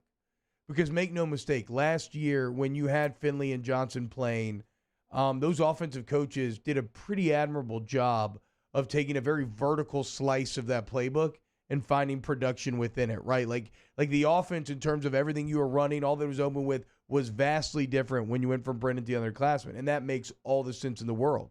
That's not any critique against anybody. But if Johnson wants to win that job, you have to be able to open it up fully. Because why did the offensive line look so good in 2019? One of the main reasons was that Joe Burrow protected himself with his decision-making. And he was presented with options to protect himself through the full breadth of the playbook. It's why nobody ran more 5-man protections than did LSU, which is a far cry from where they were a couple of years ago, where it's a lot of max protect. And you saw them get back to some of that max protect last season. So, like, whoever wins this quarterback job, you're not going to be Joe Burrow, but you need to be more in that vein in terms of the things that you can do to allow the coaches to call the game that they want to call and not feel as handcuffed as you were at times last year. Max has to know the full playbook as a sophomore, and I would even say late in the season, because these quarterbacks are so much more ready than quarterbacks when you and I played. Yeah, that's fair. They are so much more ready to be able to handle coverages, to be able to handle disguise coverages, and to be able to handle any route in the route tree as far as what they can check to at the line of scrimmage because of the 7-on-7 area and what they do every summer leading into this. And so that can – I'm not saying it is because he hasn't used it. That can't be an excuse as a sophomore. Like, you've got to have all of it up if you're Max Johnson. So when did you feel that you really had the offense Sophomore. learned? Because I think it actually took me probably about 2 years, actually. Like, I don't think my true sophomore year I was ready to make all those calls and fully understand that offense. So it happens at different rates for everybody. It depends on, like, I started the last 6 games my freshman year, so it's like, hey, you better know this, like, or you won't be out here. So it accelerates maybe for everyone. And one last point, I know we're long for a break. Inside the chat, Alex says, but you can run RPOs that don't involve the quarterback running. Bama's been doing it a ton over the last few years. Yeah, absolutely can, but it takes away the third option. A true RPO is 3 options. I'm going to throw it to the receiver, I can hand it to the running back, or I can take off myself. So you can take one of those options away and it still be an RPO, absolutely. But if you have a guy that can do all 3, then that's obviously lanyard. Yeah, but the great thing about Pete's is he's not going to do at least in what he stated publicly, he's not going to do the square peg round hole thing. He's not going to force Brendan into being that third option, and he's not going to force Max Johnson to not use his legs, right? He's not going to force Max Johnson to just become this very pocket type of quarterback. Like, he will craft the offense around that personnel. The bottom line is that I think these cats look fantastic, and I still think you're remiss if you're counting TJ Finley out, because what you saw out of him as a true freshman as well was actually pretty spectacular. It just did get overshadowed a bit by the big wins by Johnson at the end of the year. So a good spot for LSU football as they prepare to enter this first scrimmage. And look, man, you enter the scrimmage, you're in Tiger Stadium. You got to go make them plays. This is where you earn that playing time. This is how you climb the depth chart and assert your claim to that QB1 spot. All right, when we get back here on Off the Bench, continue to look at the weekend that will be. Talk a little bit about this new NFL contract. Keep it locked right here on 104.5 ESPN. Off the Bench with Hester and T-Bob. ESPN Baton Rouge, New Orleans, Alexandria, and 1130 The Tiger. Go to Accutemp, AccuTempBR.com. Service to the highest degree for all of your heating, cooling, and electrical needs. Summer's right around the corner. If you need a full AC install, I'm telling y'all, please act now. Because right now you'll get a free premium clean air package with every full AC install. This includes an air scrubber and a media cabinet. What's that? That's over $1,800 in value. What does it do? It's the equivalent of an industrial cleaning crew cleaning your house every 12 minutes. So if you need that full install, you want to go to Accutemp right now, Jake. Of course, they can handle your cooling, your heating, and your indoor air quality needs, as T-Bob just mentioned. Electrical needs as well. So if you're replacing a ceiling fan, if you're getting a new fixture as far as a light, they can handle that as well. Your smoke detectors and your home generator repairs and installs. So look, they can do so many things. Check it out online, AccuTempBR.com. That is the website. Call them at 225-535-3379. In times of need, get a full list of phone numbers, websites, and other important emergency information on the Demco Stormwatch page at 1045ESPN.com.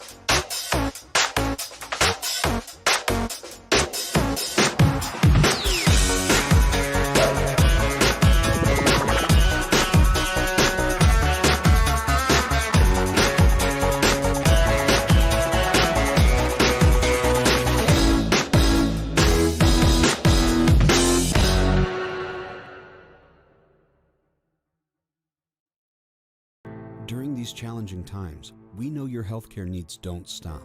Cancer, accidents, injuries, and heart disease are relentless. So we are relentlessly innovating to keep you safe, both virtually and in person, connecting you with providers remotely, advancing clinical spaces, providing rapid and accurate testing, social distancing, and certified cleaning protocols. We are Auctioner, and we will not slow down. Auctioner Health, innovating healthcare. 50 years ago on Easter Sunday, Breck's Baton Rouge Zoo proudly opened our doors, and we've been hopping ever since. 5 decades of connecting people with animals, teaching our community about the problems facing wildlife and how we can help, and working with zoos across the world to protect endangered species. Today, our future is taking flight by stretching the possibilities of what your zoo can become, while we keep it fun and affordable for everyone. Thanks for coming along. Starting in 1974, Central Plumbing has served Baton Rouge and surrounding areas for all of their plumbing needs.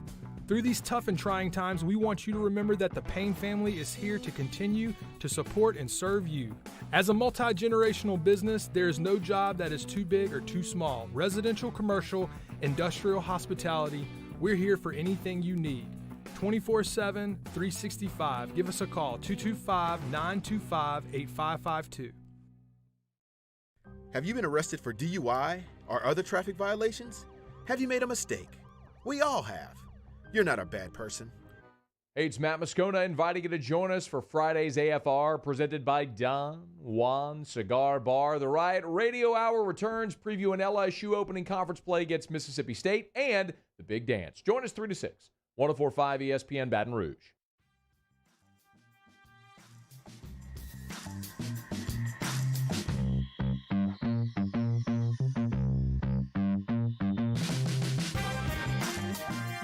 All-Star Toyota presents Off the Bench with Hester and T-Bob. ESPN Baton Rouge, New Orleans, Alexandria, and 1130 The Tiger. Hey, what's going on, y'all? Welcome back, OTB, here on 104.5 ESPN, also on CST now.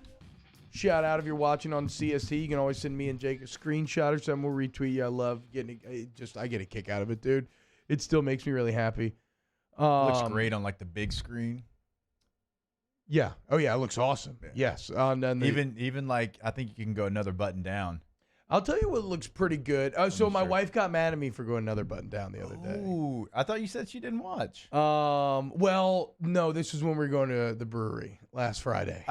This was in casual everyday life. I was trying to rock this right here. Yeah, you can't do that in everyday life. This is like entertainment here. She said that was a step too far. Okay, I get it. So you're coming to my side. You think sex sells. So you think that I should pop this down. Yeah, dude, I agree. I mean, we're looking for more female viewership. Maybe this is the path forward. Oh, boy. No, but my wife did call me out on the drive over to the brewery and was like, we're about to hang out with people. Like, what'd she say? She just said it was too aggressive. It would have been so good if she just looked at you and said, T-Bob, clean it up. It's essentially what she said. I mean, she did reach over and like kind of button it herself in. So, no, unfortunately, I got shut down. But I'm always down to show more chest hair. I will say, though, 3 or 4 beers in, when I went to go to the bathroom, I looked in the mirror, and I'll be damned if I didn't pop that button off. That was you. I was just about to ask you if you're the guy at the party. Oh yeah. That where the more inebriated. Yeah. Okay. He was trying to say it like a nice the good euphemism. Yeah. Inebriated always plays well. Do more buttons come undone on the shirt? Are you the guy by the end of the party where the shirt's just either off or completely open? Well, I've never been ab guy where I could go completely off. I did make a very first of all, guy who does this is never ab guy. Let's make that clear. Thank you. That's also true. So and you try to get it like if you had like 2 abs, you would get it down the top 2. I like my top abs right now. I'll show off some top abs right now. Like it's that Yoga 90. Like ideally, shout out Yoga Studio 90. Ideally, I wish we lived in like the 1920s and I could be one of those weightlifters where their pants were always only showed the top 4 abs. So they very strategically covered up the belly, covered up the love handles, and then it was just all good from here on up. So that would be, that's why ideal high-waisted style. pants are kind of back in style. I know, which is crazy, and I love them, and I used to hate them growing up, and I was into that like low-rise stuff. The low-rise stuff looks terrible now, I feel like. Fashion's horrible. Also, we all need to support the high-rise stuff because, let's be fair, who looks good in low-rise jeans? It's the most unforgiving setup around. It's impossible. I know Britney Spears was a big fan of wearing them back in the day. Exactly, and Britney Spears was in unbelievable shape. Like you have to be in like top 1% shape to pull off the low-rise jeans. High-rise jeans are much more for the common everyman and woman. But the low-rise do, if you have love handles, they don't push them up, so there's no muffin top situation. Bruh, it's not a muffin top. It's just like an oil spill or something. I mean, it looks terrible. What do you mean? It still looks bad. I don't think it looks good at all. How did we get here? Squirrel. What were we just talking about? We need to have like a graphic. Like Danny's good enough to do this. Like anytime that we start this, like he can have a squirrel run across like the back TV there, and we just know like, hey, get back on point. I feel like I had. You probably did. I ruined it. It was me. I had something here somewhere where I was going with it, but yeah, my wife though made me clean it up last weekend. I will say this, though. Thank you, Caitlin. Last night, there was no one that made me clean up when I watched the Schneider Cut. And here's what I'll offer my spoiler-free thoughts. It is an absurdly long movie. It is about 4 hours long. However, that absurdity is its greatest strength. The added context of the story. I finally got what Zack Snyder was trying to do with these movies. It makes me want to go back in a time machine and allow him to make the Man of Steel and Batman Superman movies that he really would have wanted to make. I thought it was actually pretty damn good. It still has flaws. It's by no means a perfect movie, but I would recommend it. And I would recommend it doing it like this, though. So they've kind of split it into 7 different parts. I would treat it like you know how WandaVision's like a self-contained television show? Right? I would treat it like that. Or like when Quentin Tarantino did The Hateful Eight on Netflix and extended it and did a 4-hour cut where he had 4 different episodes, I would treat it like that, and I think you'll get a kick out of it. But, yeah, man, I did not have very high expectations, and I actually ended up loving it. I say just dive into the whole thing, though. You can if you got the time. Look, if you've got the time, absolutely. I just know that I never would have had, and I even extended. I started the movie at 5. I didn't finish till midnight last night, but that's also because the Chinese put me in a 2-hour coma where I fell asleep and didn't wake up. What was the Chinese order? It's important. So normally it's always just large sesame chicken, large shrimp fried rice, and then either like wontons or an egg roll on the side. What were we slurping it down with? Just water. You know me, bro. What? Yeah. I mean, come on. Water with Chinese food? I'm not wasting calories on drinks when I got all this delicious food in front of me. You could have got a 0. No, I hate that. I hate like the aspartame mixed with the Chinese food. I don't like that. Hey, pal, you played football. That aspartame ain't gonna do anything to your brain that football didn't. I'm not saying it from like a health standpoint. I mean, aspartame has a taste. And I like it a lot of times. I do not like it mixed with Chinese food. Water does not go with Chinese or Mexican food. Like, water goes with everything. With Mexican food. Yes. Chips and salsa with water. Yeah, you're eating spicy food. You want some water. Absolutely. That is disgusting. I've had water with chips and salsa. Yeah, thank you. Thank you. Not terrible. No, disgusting. Your perspective is the crazy one here because you just hate water. Poll of the day. How are you an athlete and you hate water this much? What's better with Mexican food, soda or water? Okay, I thought you were going to say like margarita or something because that's not fair. Obviously, margarita. Soda or water. Okay, yeah, I'm down for that. And it felt weird saying soda because I call everything Coke. I call everything Coke. I was going to say I'm not putting soda. I know, I call everything Coke, but I didn't want to say Coke because if you like Dr. Pepper, do you Sprite. actually call it Coke though? Because I call everything Coke. Okay, so I've always you always heard about that being like a Southern tradition, right? And I grew up in Atlanta where Coke is, but I never actually felt like I experienced that much of it. I think my grandma maybe used to say, like, do you want a Coke and then what kind? But that was the only person in my life because you're from Georgia. Who ever said that. I say no, Coke and for Coke like, is in Georgia. Thank you very much. I say Coke for like everything. Like, God, I would kill a Coke right now. I haven't had an OG Coke in 20 years. So what's your favorite kind of Coke? Coke Zero. Well, I was doing like a soda thing. Like, what's your favorite soda? Coke Zero. Oh, it is Coke Zero. Yeah, I love Coke Zero. Oh, yeah. wow. If I have one, like, wow. Yeah. So you would rather a Coke So when zero with your Chinese food than a delicious ice water. Water. How bland are you? When I grew up, though, as a Husky kid, it was horrible. Code Red Mountain Dew. It was Surge. It was Mellow Yellow. It was the real stuff. That's the most Husky kid lineup I've ever heard in my life right there, dude. I mean, let's just be honest. Surge was the equivalent of bringing methamphetamines to the sleepover. Like somebody pops the Surge out of the bag. You're like, oh, okay. Like we're doing it tonight. Nobody's sleeping. Let's do this thing. But then you end up crashing because you just injected caffeine directly into your veins. Surge overrated. From a taste standpoint, yes, but not from a party standpoint. Overrated. Not from a party standpoint. Danny, Surge overrated? The positive vibes. Danny's never had Surge. Properly rated. Yes, he has. I've had it He before. mixes it with Red Bull. I've had it before. Danny was You probably mixed that with Red Bull? Danny's Good childhood God. drink. They were probably drinking Red Bull. Like that generation was probably already drinking Red Bull at the sleepovers when we thought Surge was awesome. Well, how old were you when you had your first Red Bull, Danny? I don't remember. 7. I mean, I feel like I remember being in high school when I had my first energy drink, and I was blown away with it. It was like Roost or something, and I was like, whoa, dude, this is crazy. Like, I'm like vibrating with energy right now. You gotta mix Surge with Red Bull. That's a lie. Ultimate combination. No, that sounds just that's greasy. dangerous. Good yeah. Lord. That's So dangerous. in the chat, Baja Blast Mountain Dew from Taco Bell. Anybody? I forgot about Baja Blast. Anybody? So Do you get a water at Taco Bell? Yes, bro. I get What a water in with the every hell? meal. Water's the best tasting T-Bob, thing. this is like the one thing that Water's so delicious. Of all the things you do, I understand all of them. I really do. This one, don't get it. Every now and then I will treat myself to either a Dr. Pepper or a Barks root beer or a classic Coke. Like a good Dr. Pepper's pretty. Hell yeah, bro. Good. I mean, them 23 flavors, bro. Yeah. 23. Okay, that's the number. I'm surprised we haven't seen a First Take segment sponsored by Dr. Pepper about Michael Jordan and LeBron James working in the 23 ingredients. Who's the better owner of a sports franchise, Michael Jordan or LeBron James? Yes, says the Red he owns Sox the Red fan. Sox. It's gonna Yes, he happen. does. It's gonna happen. LeBron now owns the Boston Red Sox. A very small part. Congratulations owns to them. you, Matthew Musso. You got a new Very small owner. part. I think I'm Owns probably the biggest Braun fan in the room, but I would be excited if I were a Red Sox fan. I've got no hate towards him. I just think Jordan's a GOAT. But that's a whole different conversation. Let's not have that conversation because we've got a guest. Yeah, we got Brody Miller coming up next, so we can go ahead and get into that. But yeah, man, I mean, water's just delicious. That's such bro. a bad take. But it was large, so I didn't get sesame chicken last night. I got something called Amazing Chicken. Did you not drink Hawaiian Punch? And it was great. Growing up either?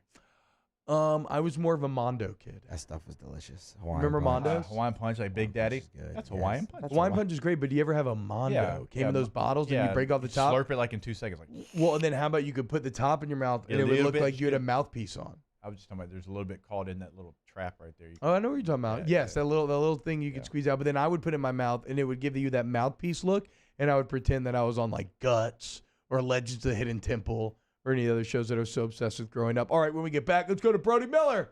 Join us live from Indiana. He's not really in Indiana. Let's go to Brody next. You're on Off the Bench. Off the Bench with Hester and T-Bob. Go to centralplumbing.org, centralplumbing.org for all of your plumbing needs, y'all. I bet St. Bonaventure went to Central Plumbing. Oh, yeah. Yes, he absolutely, dude. Absolutely. Yep. It's the patron saint of bowel movements. Blessed be St. Bonnie.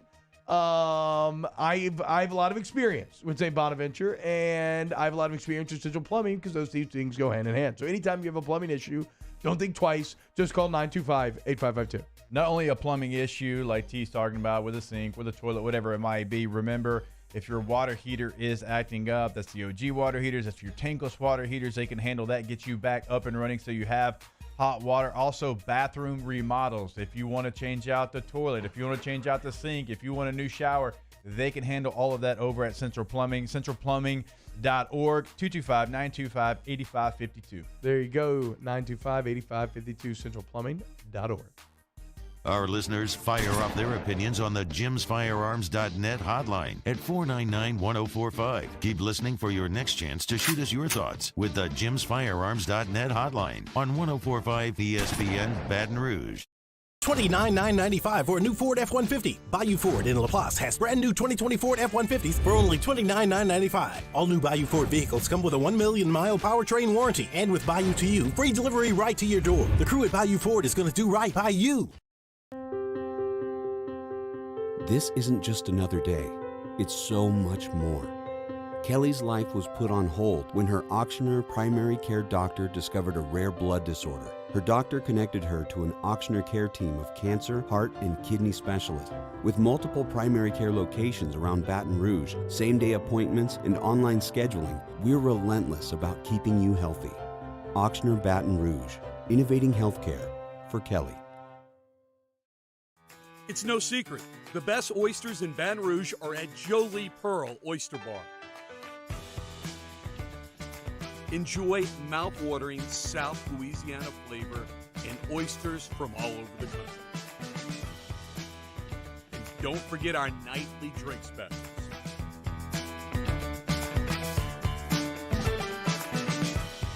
Jolie Pearl Oyster Bar, located in downtown Baton Rouge. I've been doing business with Luba for 25 years. They're dependable, trustworthy. It's just the attention to detail with our clients. Our folks have years and years of experience. They're highly trained professionals. But many companies have that asset.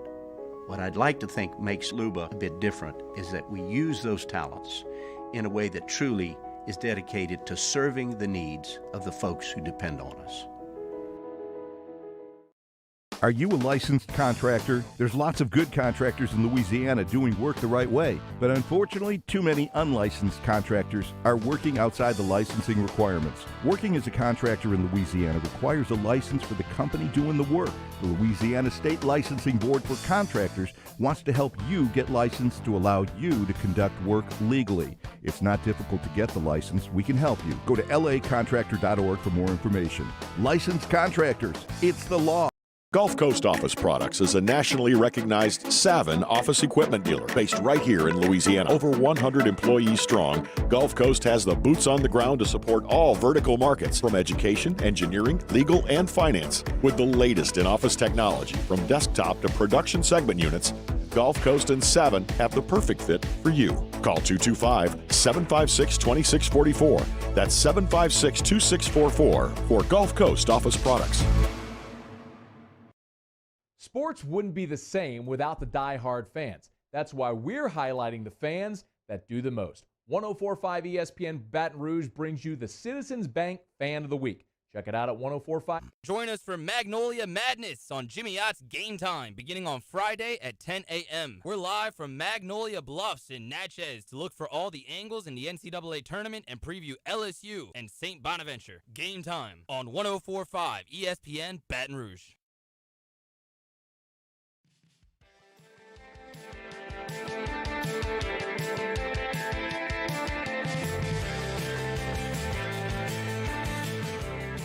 All-Star Toyota presents Off the Bench with Hester and T-Bob. ESPN Baton Rouge, New Orleans, Alexandria, and 1130 The Tiger. Sick, dude. Gotham City University.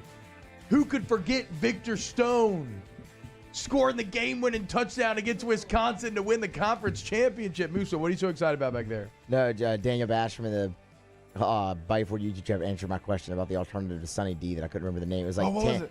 Tampico? I don't know Tampico. That was one I was thinking of. Okay, I was thinking of like... I go Mondo. Oh, it was just not as good. It was not as good as Mondo, Capri Sun. The barrel drinks.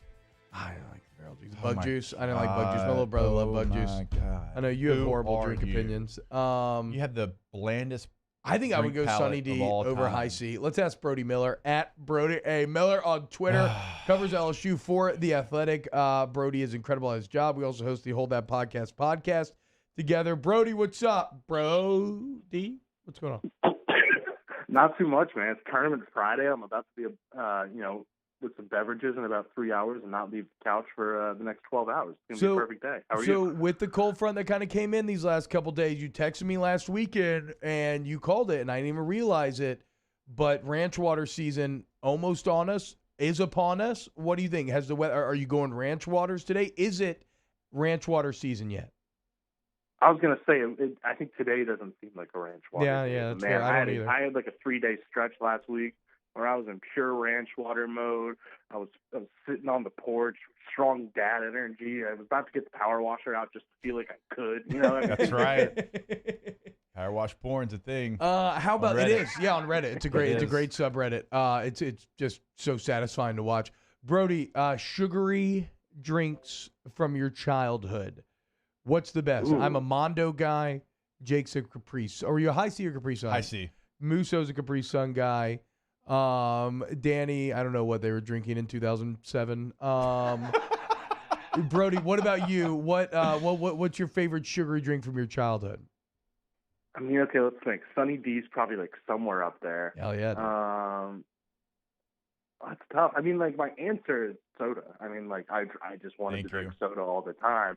But also, like, I guess this doesn't fall in this category, but it is technically sugary. Like I have like a deep obsession with Nesquik chocolate milk. It was like like when I was over sleepovers, the other parents knew they had to have that because I would throw a hissy fit because I was a little brat. Wow. So I guess that's my answer, but it doesn't quite fall in the category. Nesquik had great commercials. I do think nobody had better commercials than Capri Sun, though, where they would do that Alex Mack thing. You would drink the Capri Sun, then it was like the Matrix. You would melt into liquid mercury and just fly around. Ooh, those were good. I mean, they were great. Red Bull gives you wings. Oh, that's cute. Capri Sun turns you into a molten metal superhero. Speaking of superheroes, Brody, pretty super heroic effort by Miles Brennan last year against Mizzou to play through that abdominal tear. What was your reaction to learning some of the pretty shocking news about the actual nature of that injury we learned yesterday?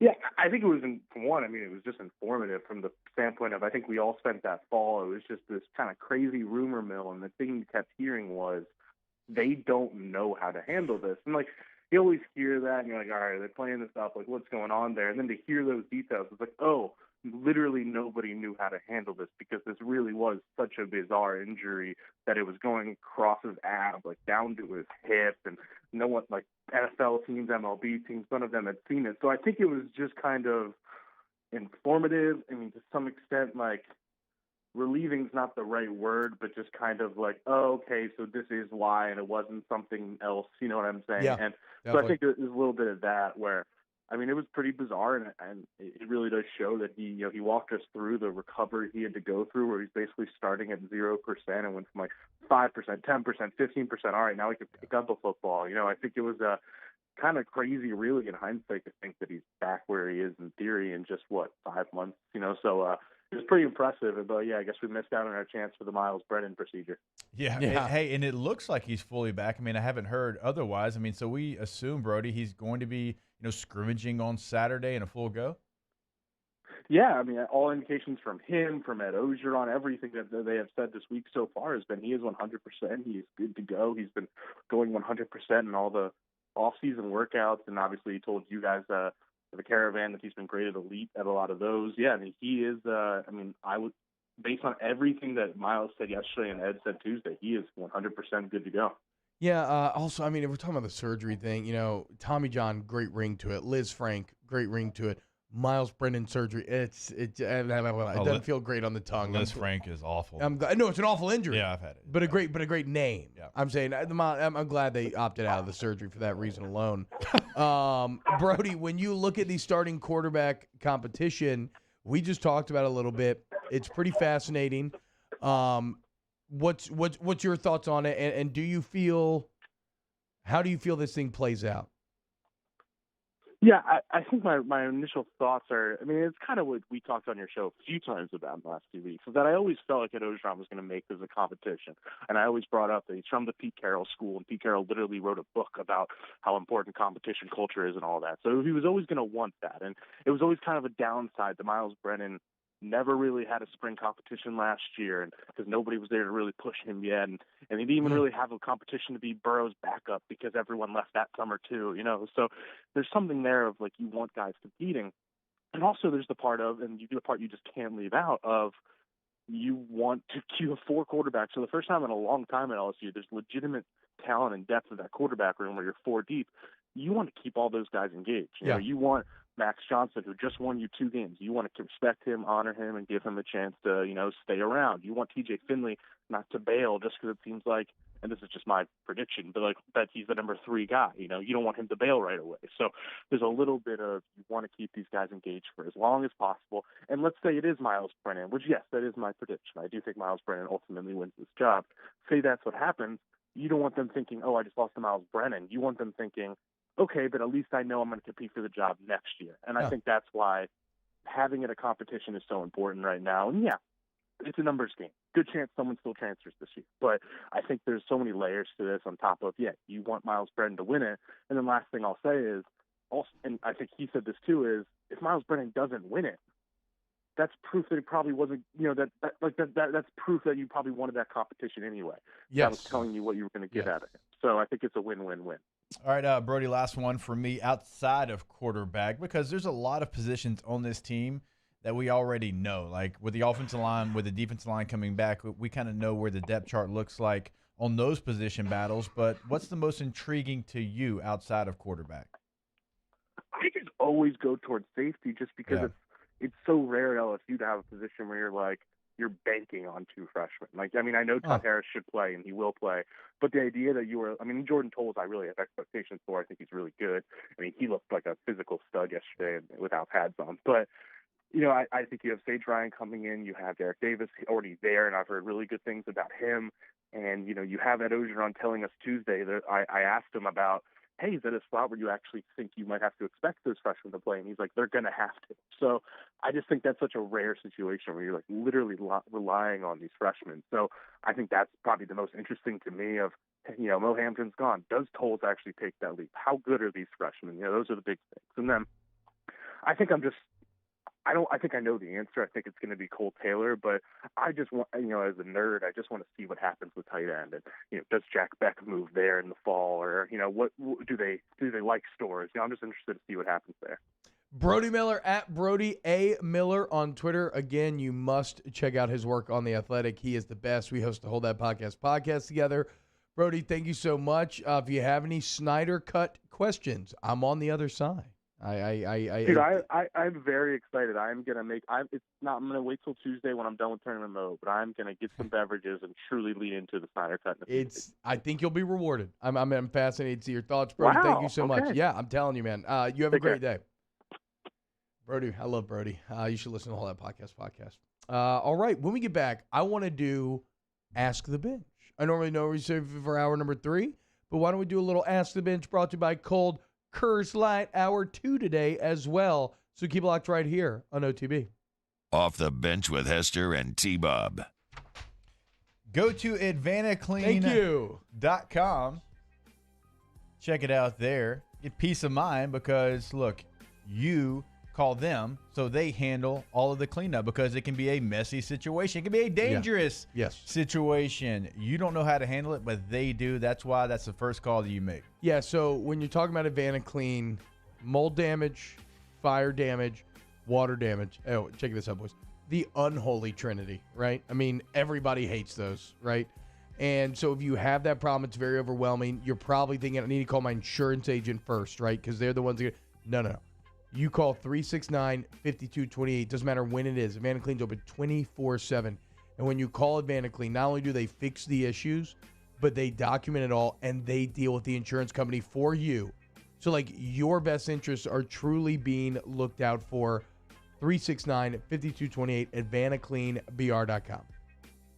We opened up the playbook and expanded our coverage. Listen daily in high definition on 98.1 HD2. We are 104.5 ESPN Baton Rouge.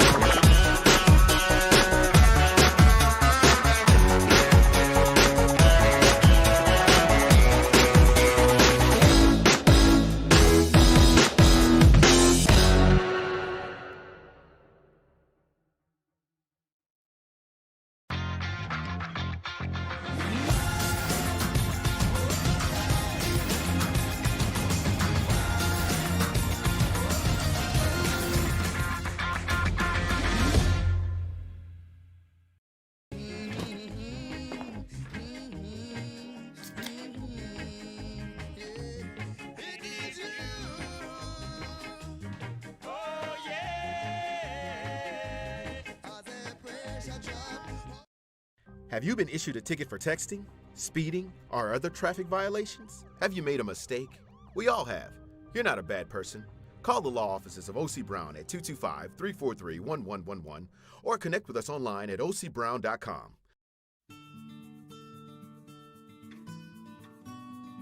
This is a house call.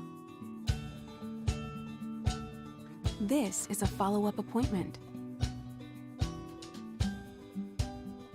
This is a diabetes checkup.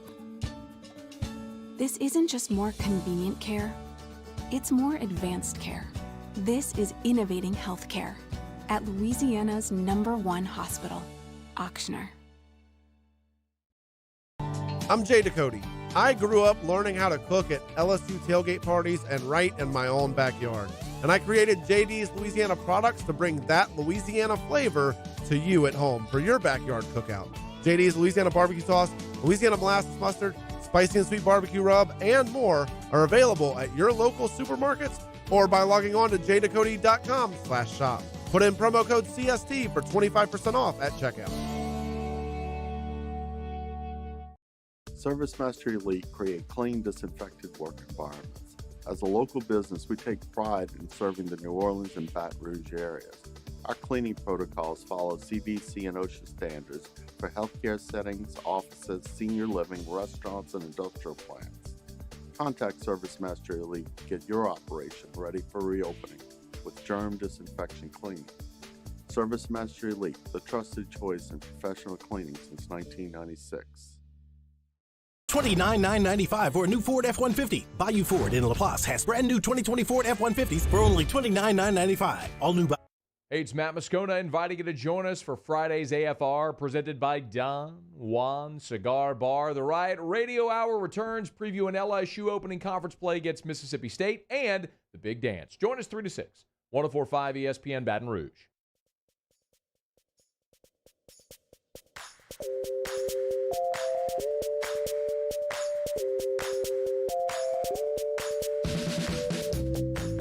All-Star Toyota presents Off the Bench with Hester and T-Bob. ESPN Baton Rouge, New Orleans, Alexandria, and 1130 The Tiger.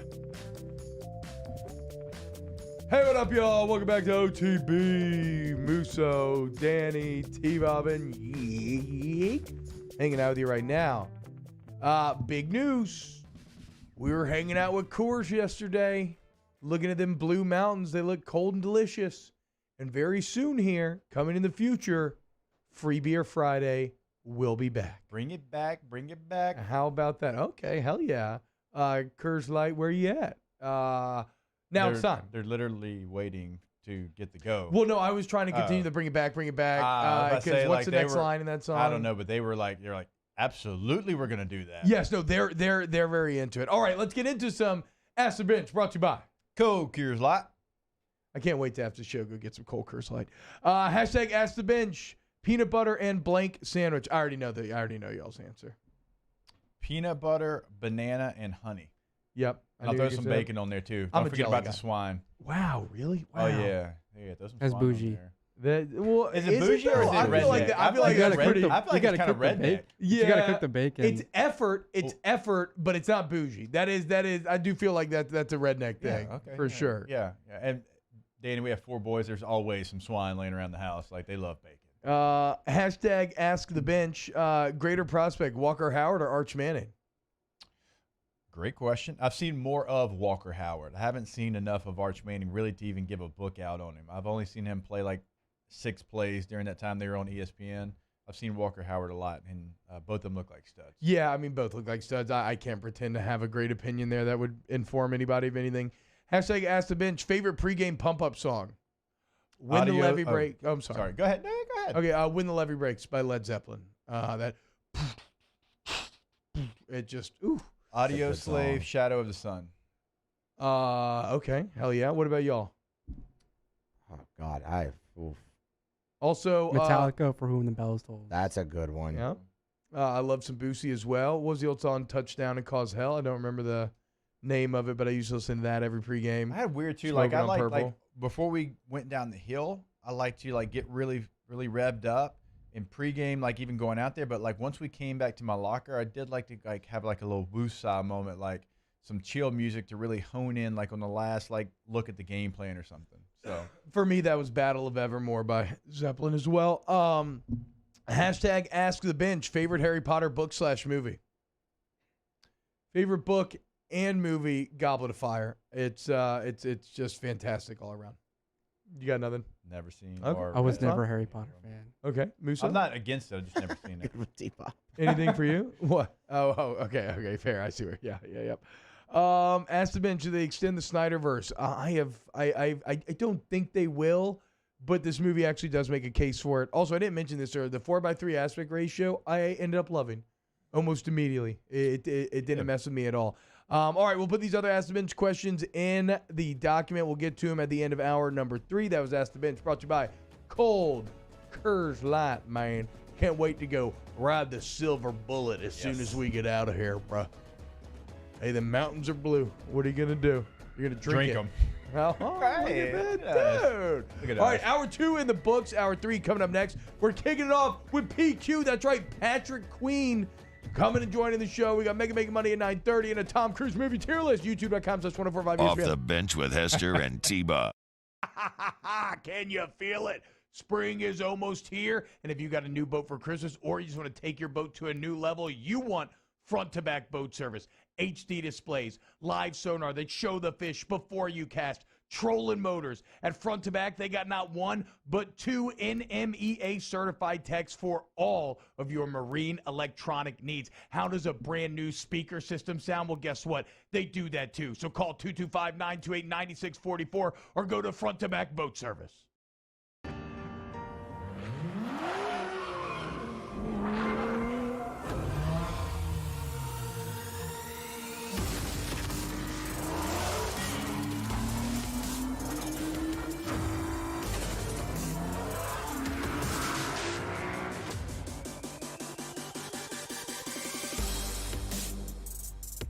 Acura of Baton Rouge for attractive offers on the MDX.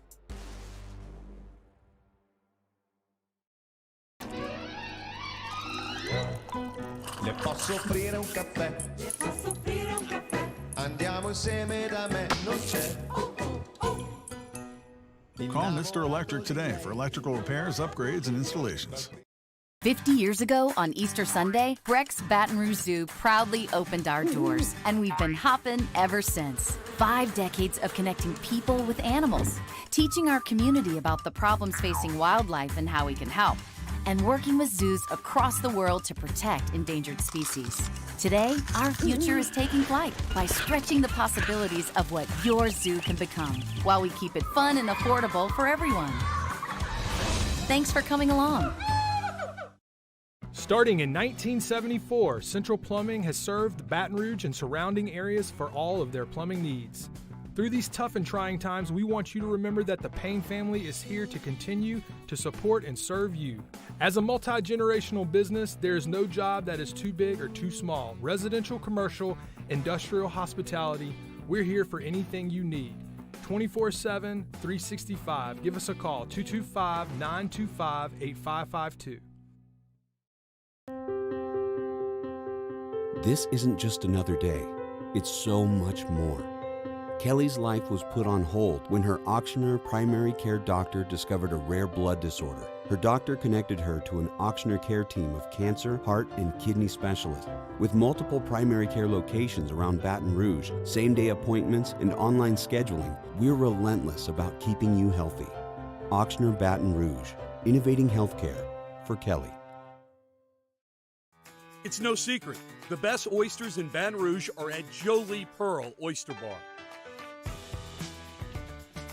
Enjoy mouth-watering South Louisiana flavor and oysters from all over the country.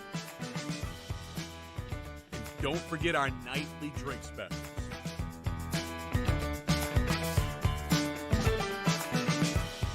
Jolie Pearl Oyster Bar, located in downtown Baton Rouge. I've been doing business with Luba for 25 years. They're dependable, trustworthy. It's just the attention to detail with our clients. Our folks have years and years of experience. They're highly trained professionals. But many companies have that asset. What I'd like to think makes Luba a bit different is that we use those talents in a way that truly is dedicated to serving the needs of the folks who depend on us.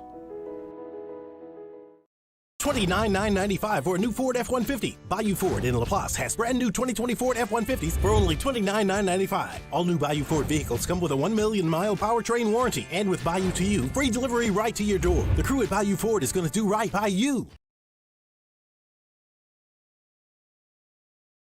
Spencer Callahan Injury Lawyers.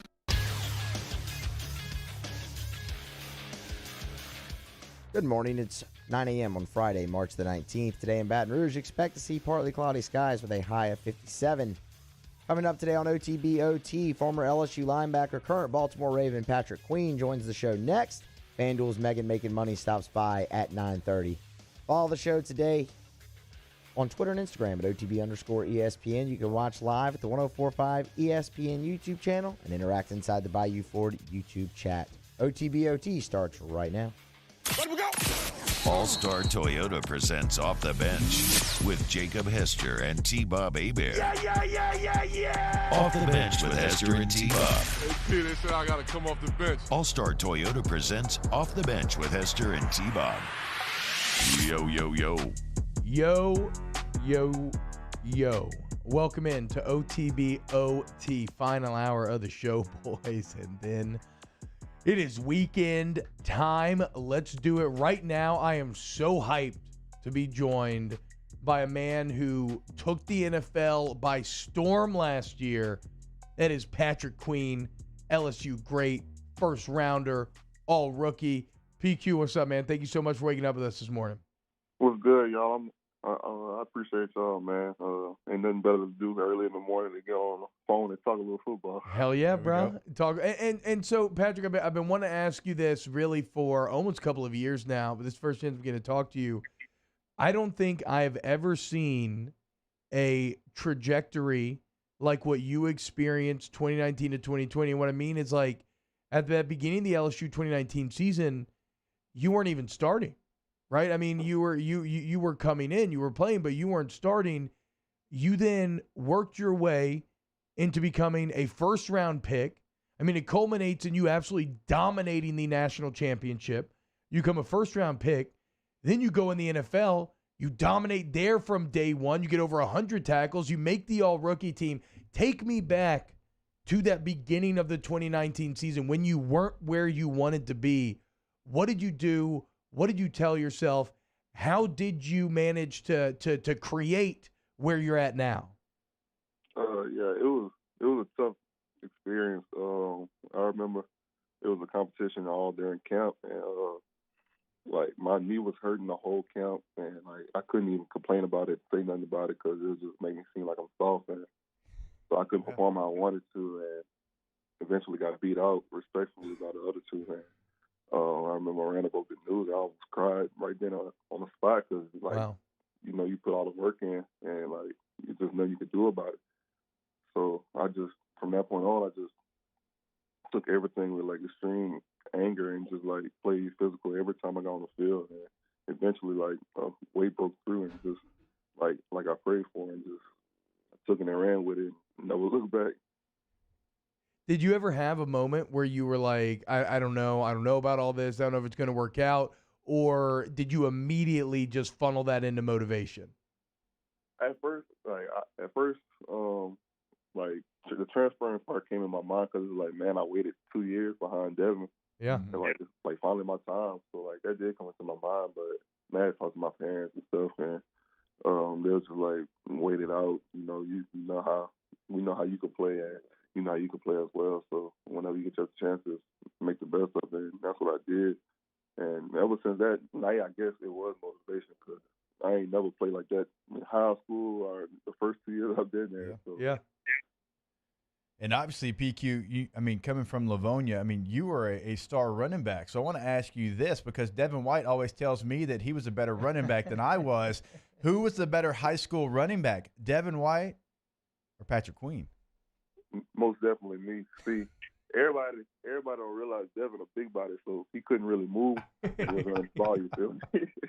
He couldn't juke nobody. He couldn't do nothing. He was straight line and physical. See, I got it all.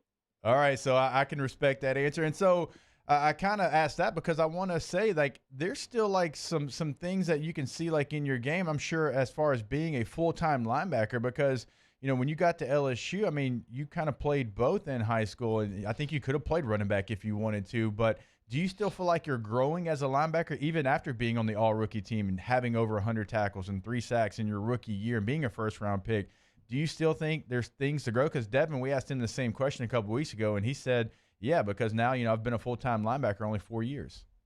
Yeah, it's definitely it's a hard position. It's probably the hardest position in football. So we have to do everything on the field, and it's just I feel like I'm growing every day. Like every day, I never take nothing off. Like I'm always doing something. So I feel like my game can only just go up from here. Like it's just crazy. Like people don't know the motivation that I got built up inside of me just to try to outdo myself every year and every time I play a game. So there's only one thing you could do about it, and that's really just perform. Can't even really talk about it because it don't seem like you're talking out to his neck or something. So.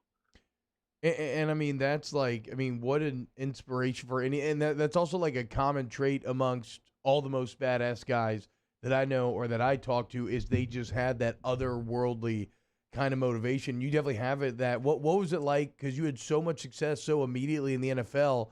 What was that transition like going from college to the league?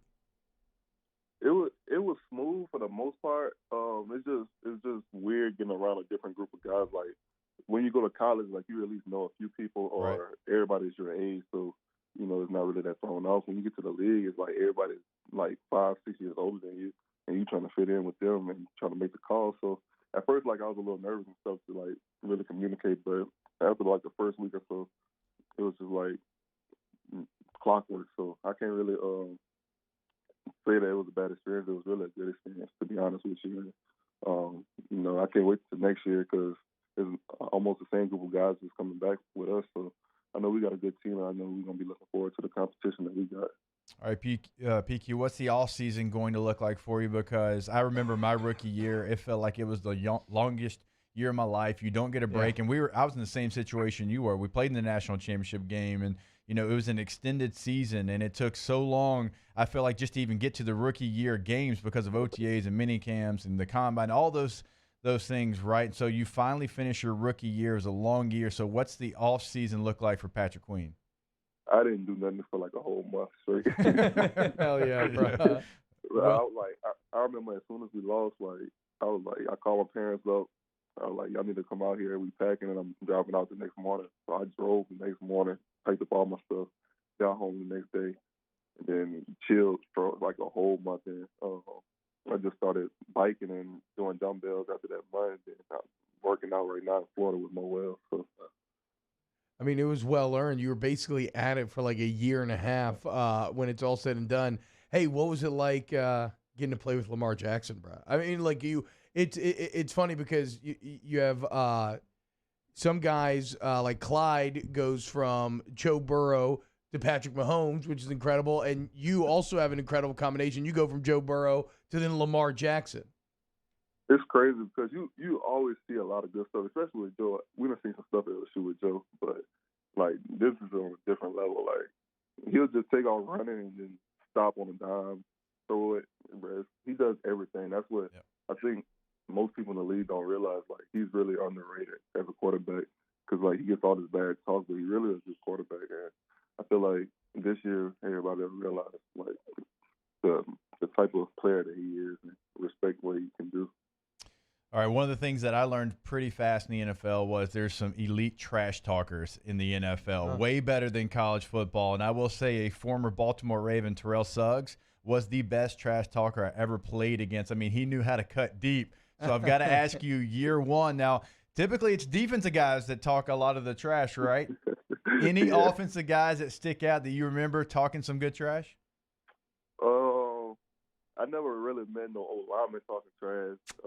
They just about business in between the lines. But other than that, they be chilling. I think the biggest trash talker I faced this year was actually on the defensive side. Probably I think his name was Bird from Tennessee, the DB. Oh, yeah, absolutely. Yeah. Them DBs, dude. DBs never shut up. It's like a personality trait. It's like, I don't know if it's what it takes to be a badass corner or something, but some of them guys just never shut up, dude. Talking, like, and I'm like, bro, I'm on defense. Like, I have nothing to do with you. And he talked trash to me, so I started talking trash back, and it was just up from there.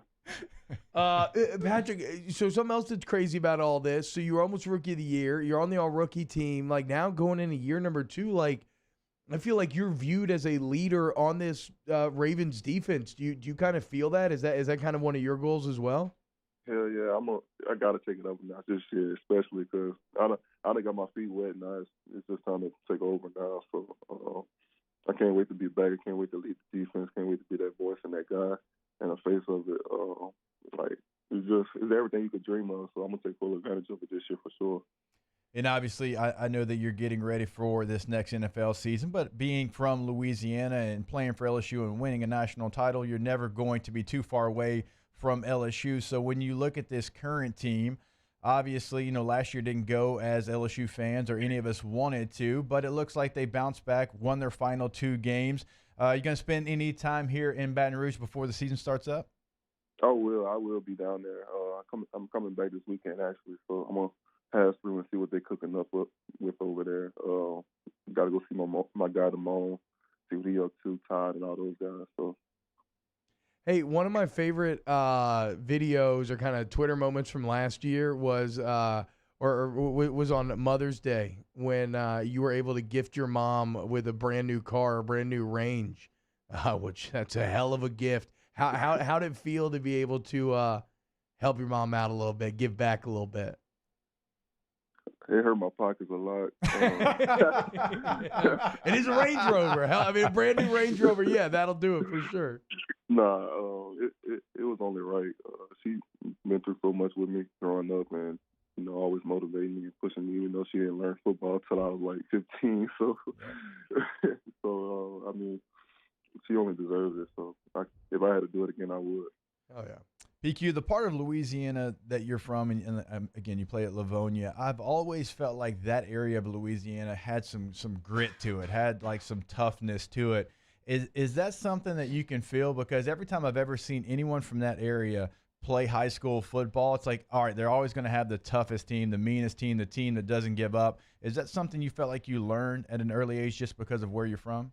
Yeah, we're a bunch of country boys, so that's how it's always going to be. I remember like we played Church Point for the first time, and I'm seeing everybody get hit. I'm just a young kid, and I'm seeing everybody getting hit.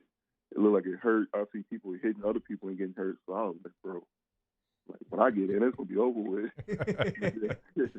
Next year come, and then I just ball out and stuff, and then that's when I really got my confidence, and then it was just up from there. But I feel like where I'm from and like the Lafayette part, like that's probably the like hard-nosed hitting football from Louisiana. There you go, dude. Patrick Queen, as hard-nosed, hard-hitting as it comes. My man, LSU national champion, all rookie in the league on an excellent Baltimore Ravens team and defense. PQ, thank you so much for waking up with us this morning. Yes, sir. Appreciate y'all. Thank y'all. All right, man. You have a great day. Look, man, real talk, anybody, I don't even think it has to be now. I mean, certainly if you're a young kid in athletics but this applies to all areas of life. At the beginning of that 2019 season, he was not where he wanted to be. And he could have made a decision. He could have folded. He could have transferred. He could have done a lot of things. But he took the hard path. And he said, you know what, I'm just going to buckle down. I'm going to focus inward. And I'm going to do, ask myself, what can I do to set myself up to succeed? And look at what he's done since. I mean, it's unreal. This cat wasn't even starting the Texas game that year. I mean, he played a bit against Texas, but against Florida in 2018 when Jacob Phillips missed that game, Micah Baskerville started alongside Devin White in that game. So PQ didn't get that run, and Baskerville still, I know he's got some stuff going on right now, but he's still eligible to play for LSU. It kind of tells you where he was at that point. And you look at the 4 of the most important guys. I mean, we could throw some other names in here. Joe Burrow didn't have it easy. Clyde Edwards-Helaire didn't have it easy. Justin Jefferson didn't have it easy. Yeah. PQ, same situation, right? They didn't come in as heralded as some of the other guys, and they had to wait their turn. It didn't matter. And then they became the most important players on the national championship team, first-round picks. Yeah, so the intangibles for Patrick off the charts there. Man, great job, Jake, setting that up. When we get back, let's do a little Tom Cruise movie tier list. And then we got Megan making money at 9:30. There's going to be one that I'm going to put out there, and you're all going to be like, nope, and I'm going to fight like hell. I think you're probably the leading Tom Cruise scientist on the staff, but Danny is a movie guy, so we will figure out next here on OTB. OTB, OT. Go to All-Star Toyota Baton Rouge. I was just about to say that. All-Star Toyota BatonRouge.com for all of your vehicular needs. There's a lot of minivan talk going on in the chat. People saying, you'll never sell me on a minivan. Okay, Brian Burgess. Go step into a Toyota Sienna. Stretch out. Go to that carpool line. And when you hit that button and the door slides open, you're like, come on, kids. Let's go slide into the car because we don't need anybody to open this door. I can quite literally open my doors 4 different ways. I can do it on the keys. I've got buttons at the top. I've got buttons by the actual doors. You can just pull the handle. You look like magic. It's awesome. I never enter the minivan without doing the force wave thing for my daughter where I'm like, you want to see something cool? And she thinks I'm magic. That's only that magic is only available because of All-Star Toyota Baton Rouge and the Toyota Sienna. But of course, if you do have a larger family and you need something else, don't forget about all the amazing SUVs they have. Yeah, they add it all. Whatever your needs may be, go to allstartoyotabatonrouge.com today. In times of need, get a full list of phone numbers, websites, and other important emergency information on the Demco Stormwatch page at 1045ESPN.com. At All-Star Toyota, you get it all. If you're in the market for an all-new Toyota vehicle, come see our friendly and knowledgeable sales team at All-Star Toyota. Located in Baton Rouge at the corner of Airline and Goodwood, we've been serving our community since 2005 by offering a large selection of new Toyota cars, trucks, and SUVs. Get behind the wheel of your dream car and take a test drive at All-Star Toyota today. Are you a licensed contractor? There's lots of good contractors in Louisiana doing work the right way, but unfortunately, too many unlicensed contractors are working outside the licensing requirements. Working as a contractor in Louisiana requires a license for the company doing the work. The Louisiana State Licensing Board for Contractors wants to help you get licensed to allow you to conduct work legally. It's not difficult to get the license. We can help you. Go to lacontractor.org for more information. Licensed contractors, it's the law. Gulf Coast Office Products is a nationally recognized Savin office equipment dealer based right here in Louisiana. Over 100 employees strong, Gulf Coast has the boots on the ground to support all vertical markets from education, engineering, legal, and finance. With the latest in office technology from desktop to production segment units, Gulf Coast and Savin have the perfect fit for you. Call 225-756-2644. That's 756-2644 for Gulf Coast Office Products.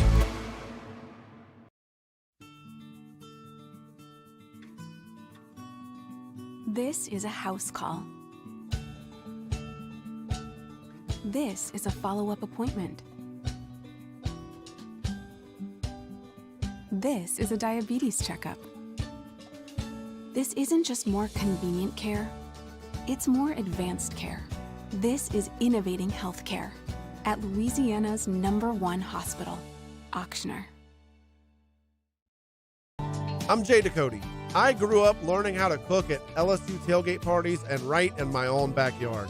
And I created JD's Louisiana products to bring that Louisiana flavor to you at home for your backyard cookout. JD's Louisiana barbecue sauce, Louisiana molasses mustard, spicy and sweet barbecue rub, and more are available at your local supermarkets or by logging on to jducote.com/shop. Put in promo code CST for 25% off at checkout. ServiceMaster Elite create clean, disinfected work environments. As a local business, we take pride in serving the New Orleans and Baton Rouge areas. Our cleaning protocols follow CDC and OSHA standards for healthcare settings, offices, senior living, restaurants, and industrial plants.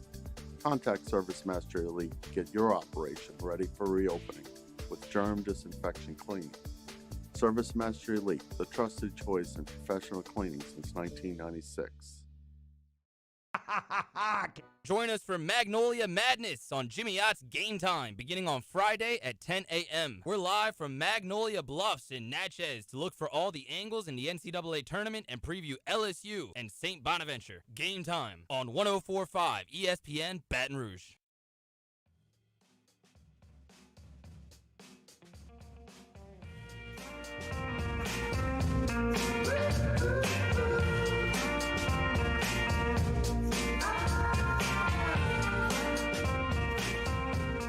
OTB OT with Hester and T-Bob on 104.5 ESPN Baton Rouge and 94.7 ESPN Alexandria. You can't handle the truth. That's how I feel about a lot of y'all when it comes to these tier lists. Okay? A few good men. That's a good one. Everybody want to be a bodybuilder, but don't nobody want to lift no heavy-ass weight, okay? Ronnie Coleman said it best. Y'all all, isn't that what it is? Is that not what it is? Yeah. I think that's what it is. Yeah. The point is, y'all all want to be scientists, but you don't want to do the actual science. So you see our tier list and, oh, you're so wrong here. You're so wrong here. Shut up. Okay? We work damn hard on these. We run the experiments every single night for weeks before we come up with one of these. We definitely did not just come up with this topic 30 minutes ago and make Danny hastily throw together a list. That did not happen. No, the science is not tight, and we run a tight ship here. Couldn't be us. And when everybody tries to do the science, they always ruin the whole staircase of the tier list. Like, yeah, you just completely botch it. Everything cannot be B tier. That is the point. We force ourselves to tough decision points. The staircase is not by accident. There's things in D tier that are good. That are almost every time the D tier is great, right? Like I very rarely dislike stuff in the D tier, but the point is some things are gooder than others, okay? And the S tier are the goodest. The goodest. Gooder? Is that like from Good Burger? Welcome to Good Burger, home of the Good Burger. Oh, boy, now you're talking my language. I did make a good. Remember, I said something about Mondo size. I don't remember, but the Mondo burgers when when Kel figures out they're juicing them up. Juicing them, yeah. God, Keenan and Kel. First of all, I don't know what happened to Kel, but I used to love those two so much. But how about Keenan? I mean, a lifetime in comedy, a lifetime of holding it down on television. Great staying power. I mean, still beloved. Kenan Thompson's a legend. Knuckle Puck and Mighty Duck. I mean, okay, we're getting off track here. Yes, we are. Okay, first, before we get to our Tom Cruise movie tier list, though, which the main science will take place after the show, I actually had someone insult me to the point where they asked me if we even talk it out or if we just rank things. Please, dude. I know. Who asked that? A guy from Alabama, so. Yeah, say no more. There you go. From Alabama. I don't know anybody from Alabama. Let's go to our Citizen Bank poll question of the day. What goes better with Mexican food, soda or water? And let's do the answers. Yeah, and I just want to clarify, this poll question was sparked because of an argument on the show. Of course, beer and margaritas go better. Yes. So stop commenting that. It's not part of the. It's not part of this question. No. Yeah. By the way, Coke/soft drinks is leading with 60% of the vote. Oh, wow. Naturally. No surprise in a state that's like 75% obese. I'm not, I'm not Danny like that. Danny like that. But I'm the one who said I'd like the soft drinks and you like the water. There's nothing more shocking than you being a premier athlete and not liking water. That's not, like, I'm not the weird one for liking water. You are for being in incredible shape and not being fat, and yet when you drink water, you look like a little kid who's eating broccoli. Like, that doesn't make any sense. Broccoli's delicious. Water's not. Broccoli is delicious, but you didn't think that when you were 10 years old? Probably not. Not old Husky Jake drinking Code Reds or whatever else it was. Was it Big Red that Big you and Terrio were texting about? Yeah, Terrio, shout out. He texted in Big Red. Anybody remember Big Red? I think I'm the only one here old enough to remember it. That's fantastic, too. Okay, so when you get into the Tom Cruise movie tier list, you quickly see just how, I mean, this dude got the movie, son. He does. He's got a hell of an IMDb. This one's going to be tough. Regardless of how you feel about Tom Cruise, he has a hell of an IMDb, even to the point where I'm not 100% sure. I think I know what I want my S tier to be, but does anybody know for sure what their S tier Tom Cruise movie is? Top Gun. Okay. God, I love Top Gun. It's hard to beat. It's so good. I mean, Kansas City barbecue right there in San Diego. I mean, you want to talk about a movie that's about the boys? Top Gun is about the boys. Yes. I mean, even the volleyball scene is iconic. In blue jeans. Val Kilmer, which I guess I never really thought about. They were, but athletic wear didn't really exist then, right? There were no. It was 1986. I was the only one in this room born when Top Gun came out. No Lulu pants wear. Actually, the new Top Gun looks way tighter than it has any right to be. Yeah, What are I you don't talking know about, if bro? I He's saying like that it. it should be. Yeah, I know. I just don't like Chill. that. I mean, Chill. there's no reason to do it. God, don't be that guy that's There's so narrow-minded no that you're reason like, to do it. yes, there is. No, I there's need not. more Maverick. If I it's need tight, more ice. Yeah, man. if it's tight, there is reason to do it. Even though, shout out Val Kilmer, he is doesn't dealing look with the same. horrible. Well, he's dealing with like horrible throat cancer and stuff. Yeah, and he's I been know. fighting it for years. But I was going to say, my actual though, even though it is a Tom Cruise movie, Val Kilmer was the star of Top Gun to me. Iceman, when he pulls that, ooh, I mean that's an all timer right there, dude. Okay, so Moose's S tier is Top Gun. Danny, do you know your S tier? I'm going Mission Impossible. It just first one. Yeah, Yeah, the first original. one's real good. It just like set up like a whole like Yeah. genre. I feel like it like set up that. It took James Bond and it Americanized it, and it Yes. took it in a different direction, where it felt much more modern. Yes. It felt much more kind of secret agent-y. And even though James Bond is known for gadgets, I feel like Mission Impossible kind of took over the gadget space. I mean, right when they're ripping off the masks, Yeah. like when he's hacking and he's going up the elevator, he's about to get killed by the spikes. Yes, Mission Impossible 1 is an really, really damn good movie. Whole series is good, maybe except for like MI2, but Mission Impossible 1 would be my premiere among the Cruise movies. Or among the Mission Impossibles. Jake, what do you got? So my favorites are Top Gun and Days of Thunder. Those are my two favorites. Shout out Cole Trickle. Those are Drop my the hammer. favorite movies. But, when you start talking S tier, it's not necessarily your favorite. I mean, you have to take into account, like, everything that goes into the movie. And, is it a movie that's really well done with no lulls in it? Jerry Maguire might be my S tier. I Such a was good just about movie. to say, dude. Jerry Maguire's a good film. I mean, Jonathan Lipnicki's so damn adorable. And we still quote it, like Show Me the Money. Yep. We still quote that. So, and that was 1996, I think.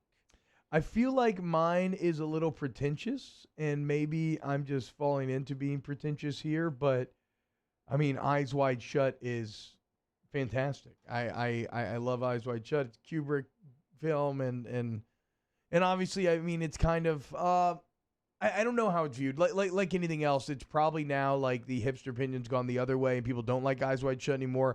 I still think that it's an absolutely fantastic movie with him and Nicole Kidman. So I do think that Eyes Wide Shut would be my S tier. But it's not. But like some weeks I come in here and I know for sure what I want.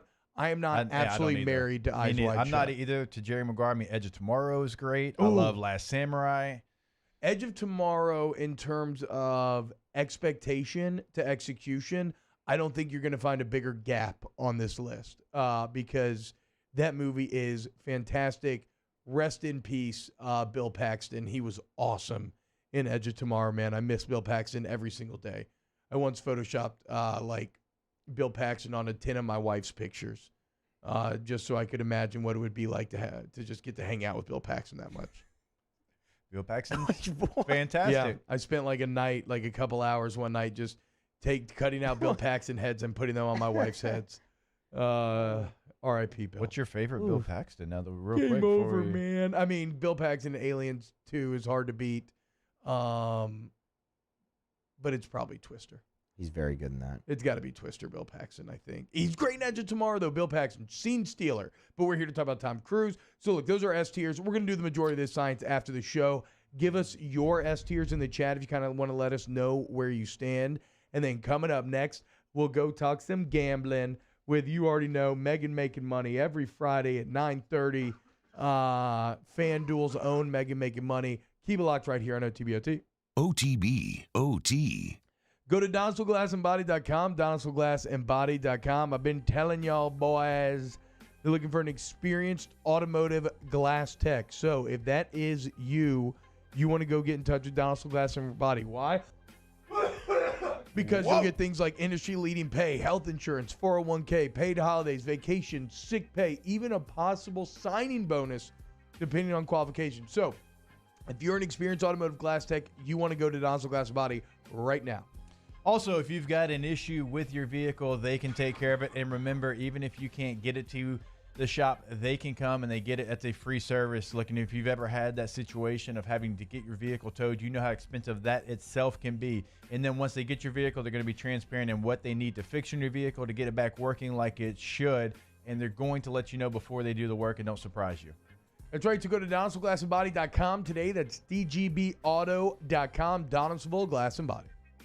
Our listeners fire off their opinions on the JimsFirearms.net hotline at 499-1045. Keep listening for your next chance to shoot us your thoughts with the JimsFirearms.net hotline on 1045 ESPN Baton Rouge. $29,995 for a new Ford F-150. Bayou Ford in LaPlace has brand new 2020 Ford F-150s for only $29,995. All new Bayou Ford vehicles come with a 1 million mile powertrain warranty, and with Bayou to You, free delivery right to your door. The crew at Bayou Ford is going to do right by you.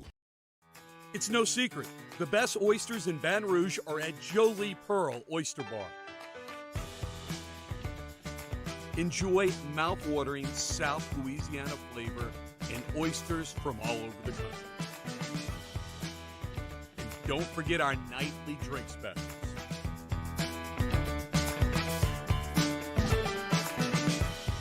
Jolie Pearl Oyster Bar, located in downtown Baton Rouge.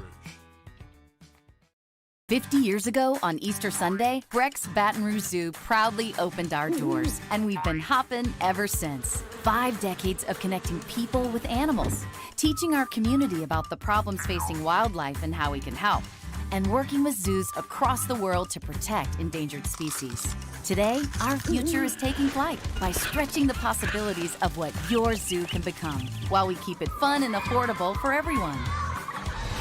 Thanks for coming along. Starting in 1974, Central Plumbing has served Baton Rouge and surrounding areas for all of their plumbing needs. Through these tough and trying times, we want you to remember that the Payne family is here to continue to support and serve you. As a multi-generational business, there is no job that is too big or too small. Residential, commercial, industrial, hospitality, we're here for anything you need. 24/7, 365. Give us a call, 225-925-8552. This isn't just another day, it's so much more. Kelly's life was put on hold when her auctioneer primary care doctor discovered a rare blood disorder. Her doctor connected her to an auctioneer care team of cancer, heart, and kidney specialists. With multiple primary care locations around Baton Rouge, same-day appointments, and online scheduling, we're relentless about keeping you healthy. Auctioneer Baton Rouge, innovating healthcare for Kelly.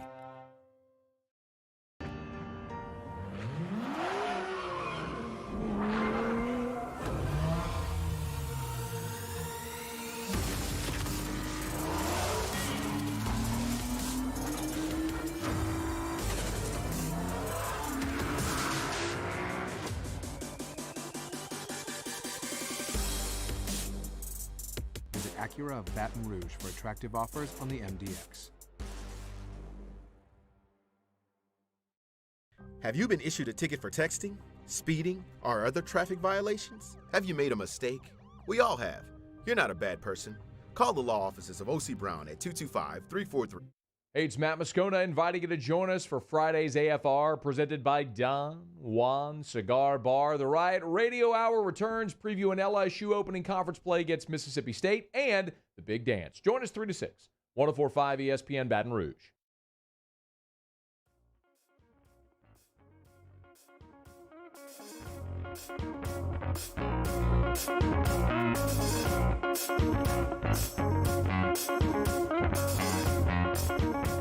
OTB OT with Hester and T-Bob on 104.5 ESPN Baton Rouge and 94.7 ESPN Alexandria. All right, welcome back in. OTB OT here on a Friday, so you know what that means. FanDuel's Megan Making Money joins us now. Megan, how you doing this morning? I am wonderful. It's Friday. We got March Madness. I mean, what more could you ask for? Is this like utopia for your household? Like March Madness, games all over the place, just full like 6 TVs going at one time type situation? Absolutely. Like my son, I don't know. Don't ask me how I did it, but months ago, I was able to think in the future and figure out when the tournament was going to be, and I actually conveniently scheduled him a doctor's appointment this morning at 8.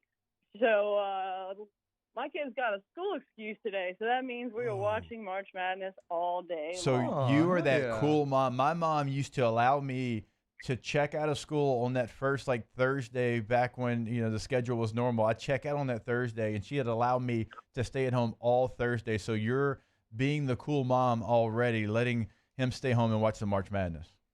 Oh yeah, he has 3 brackets he filled out that are on the fridge. He's super, and plus I'm not only am I cool, but he's super cool because he's an absolute brainiac. He's in gifted classes. He's on mixed presidents list every 9 weeks or whatever. He's an absolute brilliant. I'll ask him whenever it comes. He'll walk out and he'll be like, okay, who you got, Mom? And I say Baylor -9, and he's like, oh well, you'll cover. I think you only need 3 more points, and you only have 2 minutes. He can do the math so quick in his head, it's insane. So anytime I've had a couple of adult beverages, I've run him out real quick anytime I need a quick calculation. That's right. Man, he has no chance, does he? I mean, growing up in such a degenerate household, he's you say that like that's a bad thing. No, you're right. I said it like it was a negative, but I just mean there's no way of him avoiding just loving gambling. Oh yeah, I think he's definitely either that or he's gonna completely rebel against it and just be and hate it. Actually, it's funny. One of my cousins, his mom and dad, she won the piercer, and they're both completely pierced and tattooed. And so growing up, he had blue hair and would do everything. And then all of a sudden, out of nowhere, 2 years ago, he decided that he wanted to play football. And so now he's so into football. He's obsessed with it. He's into wrestling now, and his parents are what? This is his form of rebellion, I guess. He wants to be straight edge. Exactly. Either Madden's gonna love it, or he's going to be my parents are absolute degenerates who have just tried their best. So one of the coolest things from you and Alex was y'all's prop bet board on the Super Bowl. It was absurd. With March Madness, not props, but do you have any other inner house rivalries, metrics tracking? How's the entire household? How are y'all taking it in today?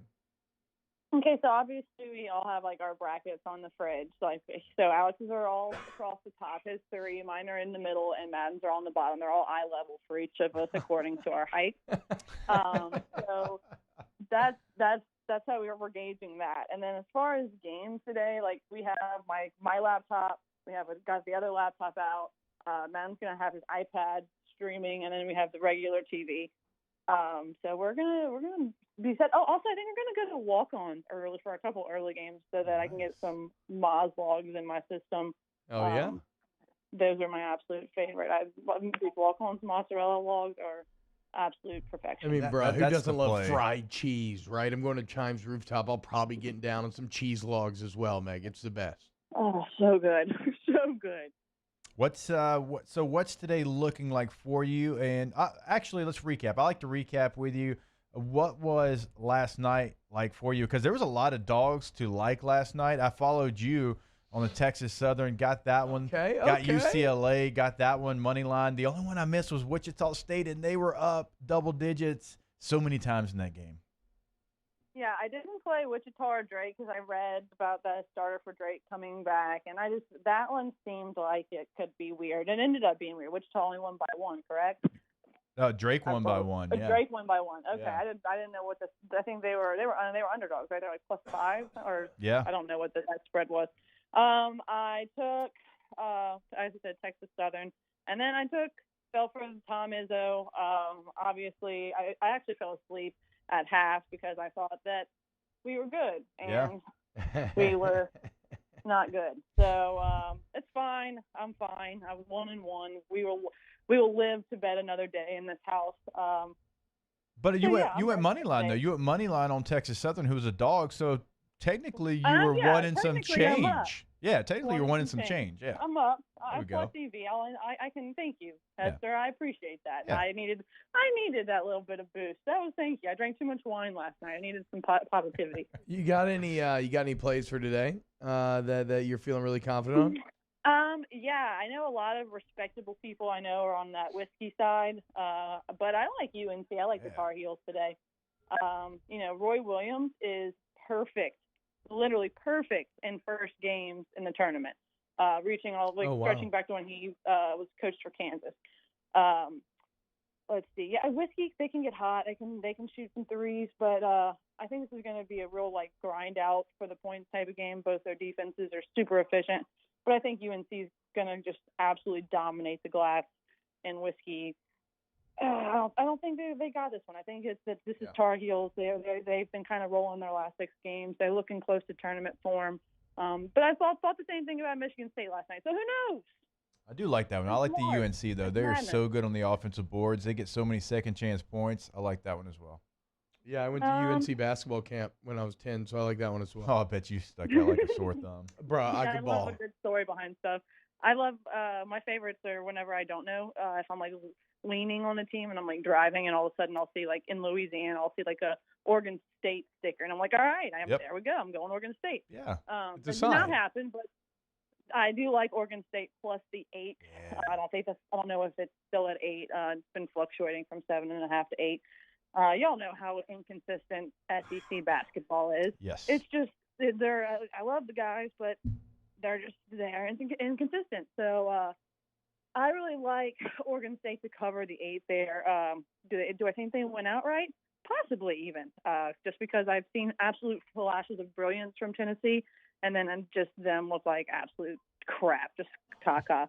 So I don't know. I like the Beavers here. They're hot, and they had to take a break, which is usually not so great for hot teams that are on a roll.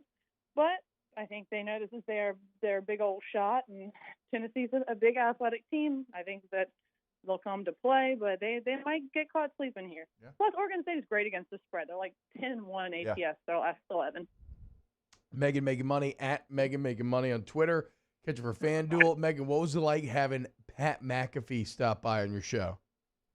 He is so cool. I don't know, if they haven't released the whole interview because he graciously spent 30 minutes talking to me, and told me how he actually became to be a kicker and how he got to West Virginia, which there was a kicking camp in Miami. It cost $1,500 to get there from where he lived. His parents weren't going to give him $1,500 to go to Miami. What parents would with a kid that's about to go to college? They know. My parents know how I would spend it. So he went to a poker game, and his friend lent him $100, and he ended up walking out with $1,400. And his parents spotted him the 100. He went down to the kicking camp. They didn't really pay attention to him. Then the next day, he kind of prima donna'd and was like, "Hey, I got to go catch a flight. Are y'all gonna let me kick?" And he started kicking, and he was alternating hash marks left, right, and he kicked to 60 yards, 65, and then he went back to kick 70 and missed it, but was just furious because he had made a 75 before. And he flew back and got a call the next morning because he was sleeping in from school because he had took a red eye to get back or whatever. And it was the coach from West Virginia and was like, "Hey, you need to get to school because it's going to look real bad when they come to offer you a scholarship and you're not there." Yeah, hell yeah, dude. So that was super cool. And so obviously he became he's super electric. I mean, him and all of his Electric's boys the perfect super word. cool. Yeah, electric is exactly it. He wore shorts to his wedding. How cool is that? Yeah. I would love to wear shorts. A short tuxedo, man. That sounds fabulous. It's especially aggressive. in the Louisiana heat. That's fair. I've been to a lot of sweaty weddings, but the thing is, you just got they're sweatings, right? You just got to accept that it's going to happen. Weddings, right? And if you just if you can avoid being self-conscious about it, you're going to have a great time. Back sweat as soon as you walk out. Yeah, dude, all that. But just lean into it. Everybody's sweating. I'm here to have fun, okay? Not look good. I'm here to dance. Especially in tails. You're sweating a lot if you're in tails. Oh yeah, absolutely. Megan, enjoy this weekend. Last one. This is what I wanted to ask you about. How do you feel about my West Virginia Mountaineers, whole Huggy Bear and company? Can we go on a little run here? I have them. Let's see. Let me look where they're at. How far I have them going. I don't have them. I mean, I think I have them going to maybe they're just to the Sweet 16. But Classic I Huggy think Huggy Bear is a great coach. However, I think that this COVID no fans in the environment, because dude, West Virginia, that basketball environment, whenever there is a full crowd, is so electric. It's insane there. And that is something that I think they have really, really missed this year because, I mean, look, I've never really been to West Virginia, but I would assume that, there's not a ton of stuff to do. And I feel like you would assume correct. You're spot on. Yeah. I would think that, everyone being able to be loud and get out all of their party vibes in one area has to be crazy. So not having that and just being able to have to go to these games and play in these like semi-silent arenas, I don't know. I think Huggy Bear is that type of guy that needs the electricity behind him to help him stay up and the team stay up. So I don't know. They are very talented. I think they would literally be 10 times more talented if they had the whole entire crowd behind them. Hey, last one real quick. Does LSU cover? Yeah, I have them covering. Okay. I have them minus 1.5. I think that, as I said, the SEC is inconsistent, but we have athletes. And the way that we lost to Alabama and the fact that they played a Boosie song right before we had to go back out, and then we lose on that note. What the hell? That was the biggest season in the entire world. Yeah. They set it up. I think they come out mad. I think they come out angry. I think they're going to probably play some Boosie before they come out and get all hyped. And we're going to cover. We're going to swamp the Bonnies. That's right. Watch out for St. Bonaventure now, though. Look up what St. Bonnie's the patron saint of. You'll be very surprised. Megan. Well, I'm not worried about it. I'm going with my Tigers. I'm going with the electricity of the Southeastern Conference, sir. There you go. Go Tigers. Go Megan making money. Tigers. Go FanDuel. Meg, thank you so much. We'll talk to you next Friday. Absolutely, guys. Y'all have a wonderful day in March Madness. Give Alex a kiss on the cheek from me and Jake. Okay, you have a great day. That's it? She didn't Ask the Bench coming up next. Here on OTB. Brought to you by Cole Crystal. OT. We opened up the playbook and expanded our coverage. Listen daily in high definition on 98.1 HD2. We are 104.5 ESPN Baton Rouge.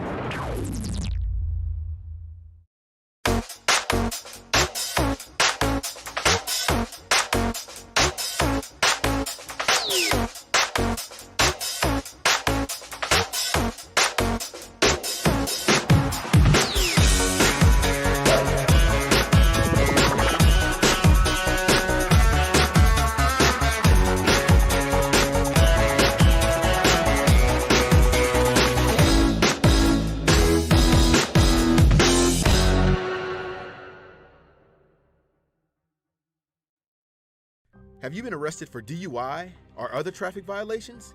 Have you made a mistake? We all have. You're not a bad person. Call the law offices of O.C. Brown at 225-343-1111 or connect with us online at ocbrown.com. I've been doing business with Luba for 25 years. They're dependable, trustworthy. It's just the attention to detail with our clients. Our folks have years and years of experience. They're highly trained professionals, but many companies have that asset. What I'd like to think makes Luba a bit different is that we use those talents in a way that truly is dedicated to serving the needs of the folks who depend on us. Are you a licensed contractor? There's lots of good contractors in Louisiana doing work the right way, but unfortunately, too many unlicensed contractors are working outside the licensing requirements. Working as a contractor in Louisiana requires a license for the company doing the work. The Louisiana State Licensing Board for Contractors wants to help you get licensed to allow you to conduct work legally. It's not difficult to get the license. We can help you. Go to lacontractor.org for more information. Licensed contractors, it's the law. Gulf Coast Office Products is a nationally recognized Savin office equipment dealer based right here in Louisiana. Over 100 employees strong, Gulf Coast has the boots on the ground to support all vertical markets from education, engineering, legal, and finance. With the latest in office technology from desktop to production segment units, Gulf Coast and Savin have the perfect fit for you. Call 225-756-2644. That's 756-2644 for Gulf Coast Office Products.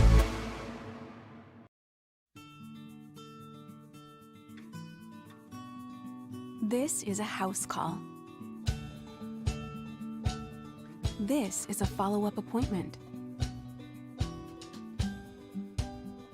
This is a diabetes checkup. This isn't just more convenient care, it's more advanced care. This is innovating healthcare at Louisiana's #1 hospital, Ochsner. I'm Jay Ducote. I grew up learning how to cook at LSU tailgate parties and right in my own backyard. And I created JD's Louisiana products to bring that Louisiana flavor to you at home for your backyard cookout. JD's Louisiana barbecue sauce, Louisiana molasses mustard, spicy and sweet barbecue rub, and more are available at your local supermarkets or by logging on to jducote.com/shop. Put in promo code CST for 25% off at checkout.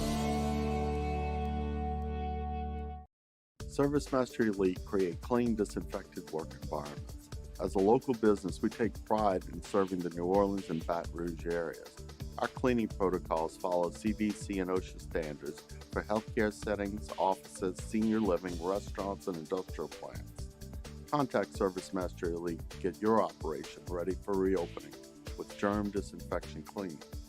ServiceMaster Elite, the trusted choice in professional cleaning since 1996.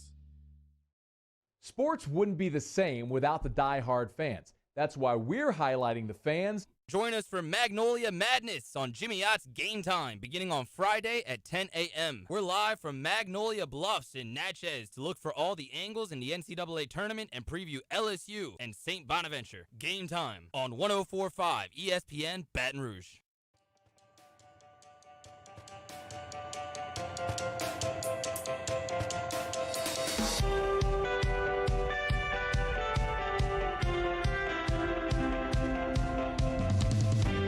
OTB OT with Hester and T-Bob on 104.5 ESPN Baton Rouge and 94.7 ESPN Alexandria. Hashtag Ask the Bench brought to you by Coors Light, Busy Hard Seltzer, and Blue Moon Citrus Sweet. Boy, you got me effed up if you think I'm about to grab a Coors Light right after this show ends. I hate you because I still have... You still have work to do. 2 more hours of radio later today. Yeah, and at 3 to 5. Oof, boy, hate to see it. But I can do it from home. Okay, that's what's up then. So yeah, just no rules. And it's with Childers, so it could probably get weird. Childers gets very weird, which I appreciate. Hashtag Ask the Bench. Does LSU win the series this weekend? If I'm being objective, I think no. I'm not trying to be negative. I just don't want to get my hopes up. I'm saying no, and I'm hoping for the best. I think it's a rubber match on Sunday for sure. Like I feel really confident saying that. I feel like Sunday is going to be a rubber match, and if Labus shows up, I feel good about it. Moose? I'll take LSU, and I'll take LSU because LSU always wins the series under Paul Maneri. They've lost one time. They're 12-1. It's just a weird anomaly, and if they're that dominant normally in it, I'm going to pick them until they give me a reason to not pick them. Hashtag Ask the Bench. Does Brian Thomas Jr. become a starter come fall time, the wide receiver? Right. I'm going to say no. That's a young, talented room. I'm just going to say no just because I think it's harder than not to play as a freshman. I mean, even Jamar Chase and Terrace Marshall didn't have huge impacts as a freshman. Keyshawn Butte did end up having a true impact, but I'll say no for now. I think that's fair. You got Dre Jenkins coming back as well. You had Coy Moore in the mix. Yeah. I still don't know what's going to happen with Kirkland in Trey his Palmer. 17th season. Oh, John Trey's back. Yeah. Okay, let's roll, dude. Hashtag Ask the Bench. What are your expectations of the Homo boy, Mason Smith? My expectations are massive. This cat looks like a game changer. Still an element of maybe not here in year number 1, but in terms of career, I think Mason Smith is going to be one of the best to ever do it here at LSU when it's all said and done. And I love that he's in a super competitive room, but playing time is going to be a little hard to come by in that room this year. Yeah, because there's another young fella, Jaqueline Roy, who is right in that same breath that you just mentioned that we saw shine at moments last year. It's a fascinating room with a lot of talent and a lot of veteran guys that came back. Yeah, and on Roy, he came back. That Florida and Ole Miss game, he was a different player. Yep. He turned a corner, and the light switch went on. Coach O tells a great story about pre-Florida game when they're doing the walk. He walked a different way than he normally does, different way from the team. And he's asking him, like, what's up? And he was like, I'm going to be different from here on out. And lo and behold, he was. Hashtag Ask the Bench. Does driving a minivan make your man card null and void? No, not at all. It increases your man card because it shows how secure you are in your masculinity. If you're defining your manliness by the vehicle you drive, your man card is as brittle as untempered steel. I mean, there's a lot of times when someone's driving a certain car, you're like, oh, I know exactly who that guy is. Yeah, compensation cars. Unless the minivan didn't come from All-Star Toyota. Yes, then you have no man card because you're a bum and you need to get a Toyota Sienna minivan. Excellent job there, Moose. Especially when it's blacked out. Black, I mean, that's it. I mean, murdered out minivan boys, black on black on black. Even the interior. Ask the bench, favorite video game of all time? I mean, for personal reasons, I like FIFA. Okay, absolutely. Great choice. Halo 2.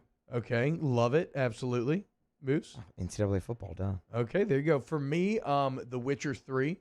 I think I absolutely fell in love with. Yeah, The Witcher 3. I played it just a couple years ago. How'd you feel about the TV series? I still haven't watched it. Isn't that crazy? You know what you've got time I'm going to watch it this weekend. I was just thinking that last night. So Witcher 3, and then if you're talking multiplayer, Gears of War 3 was my favorite ever. What's your favorite high school course you ever took? High school? Yeah.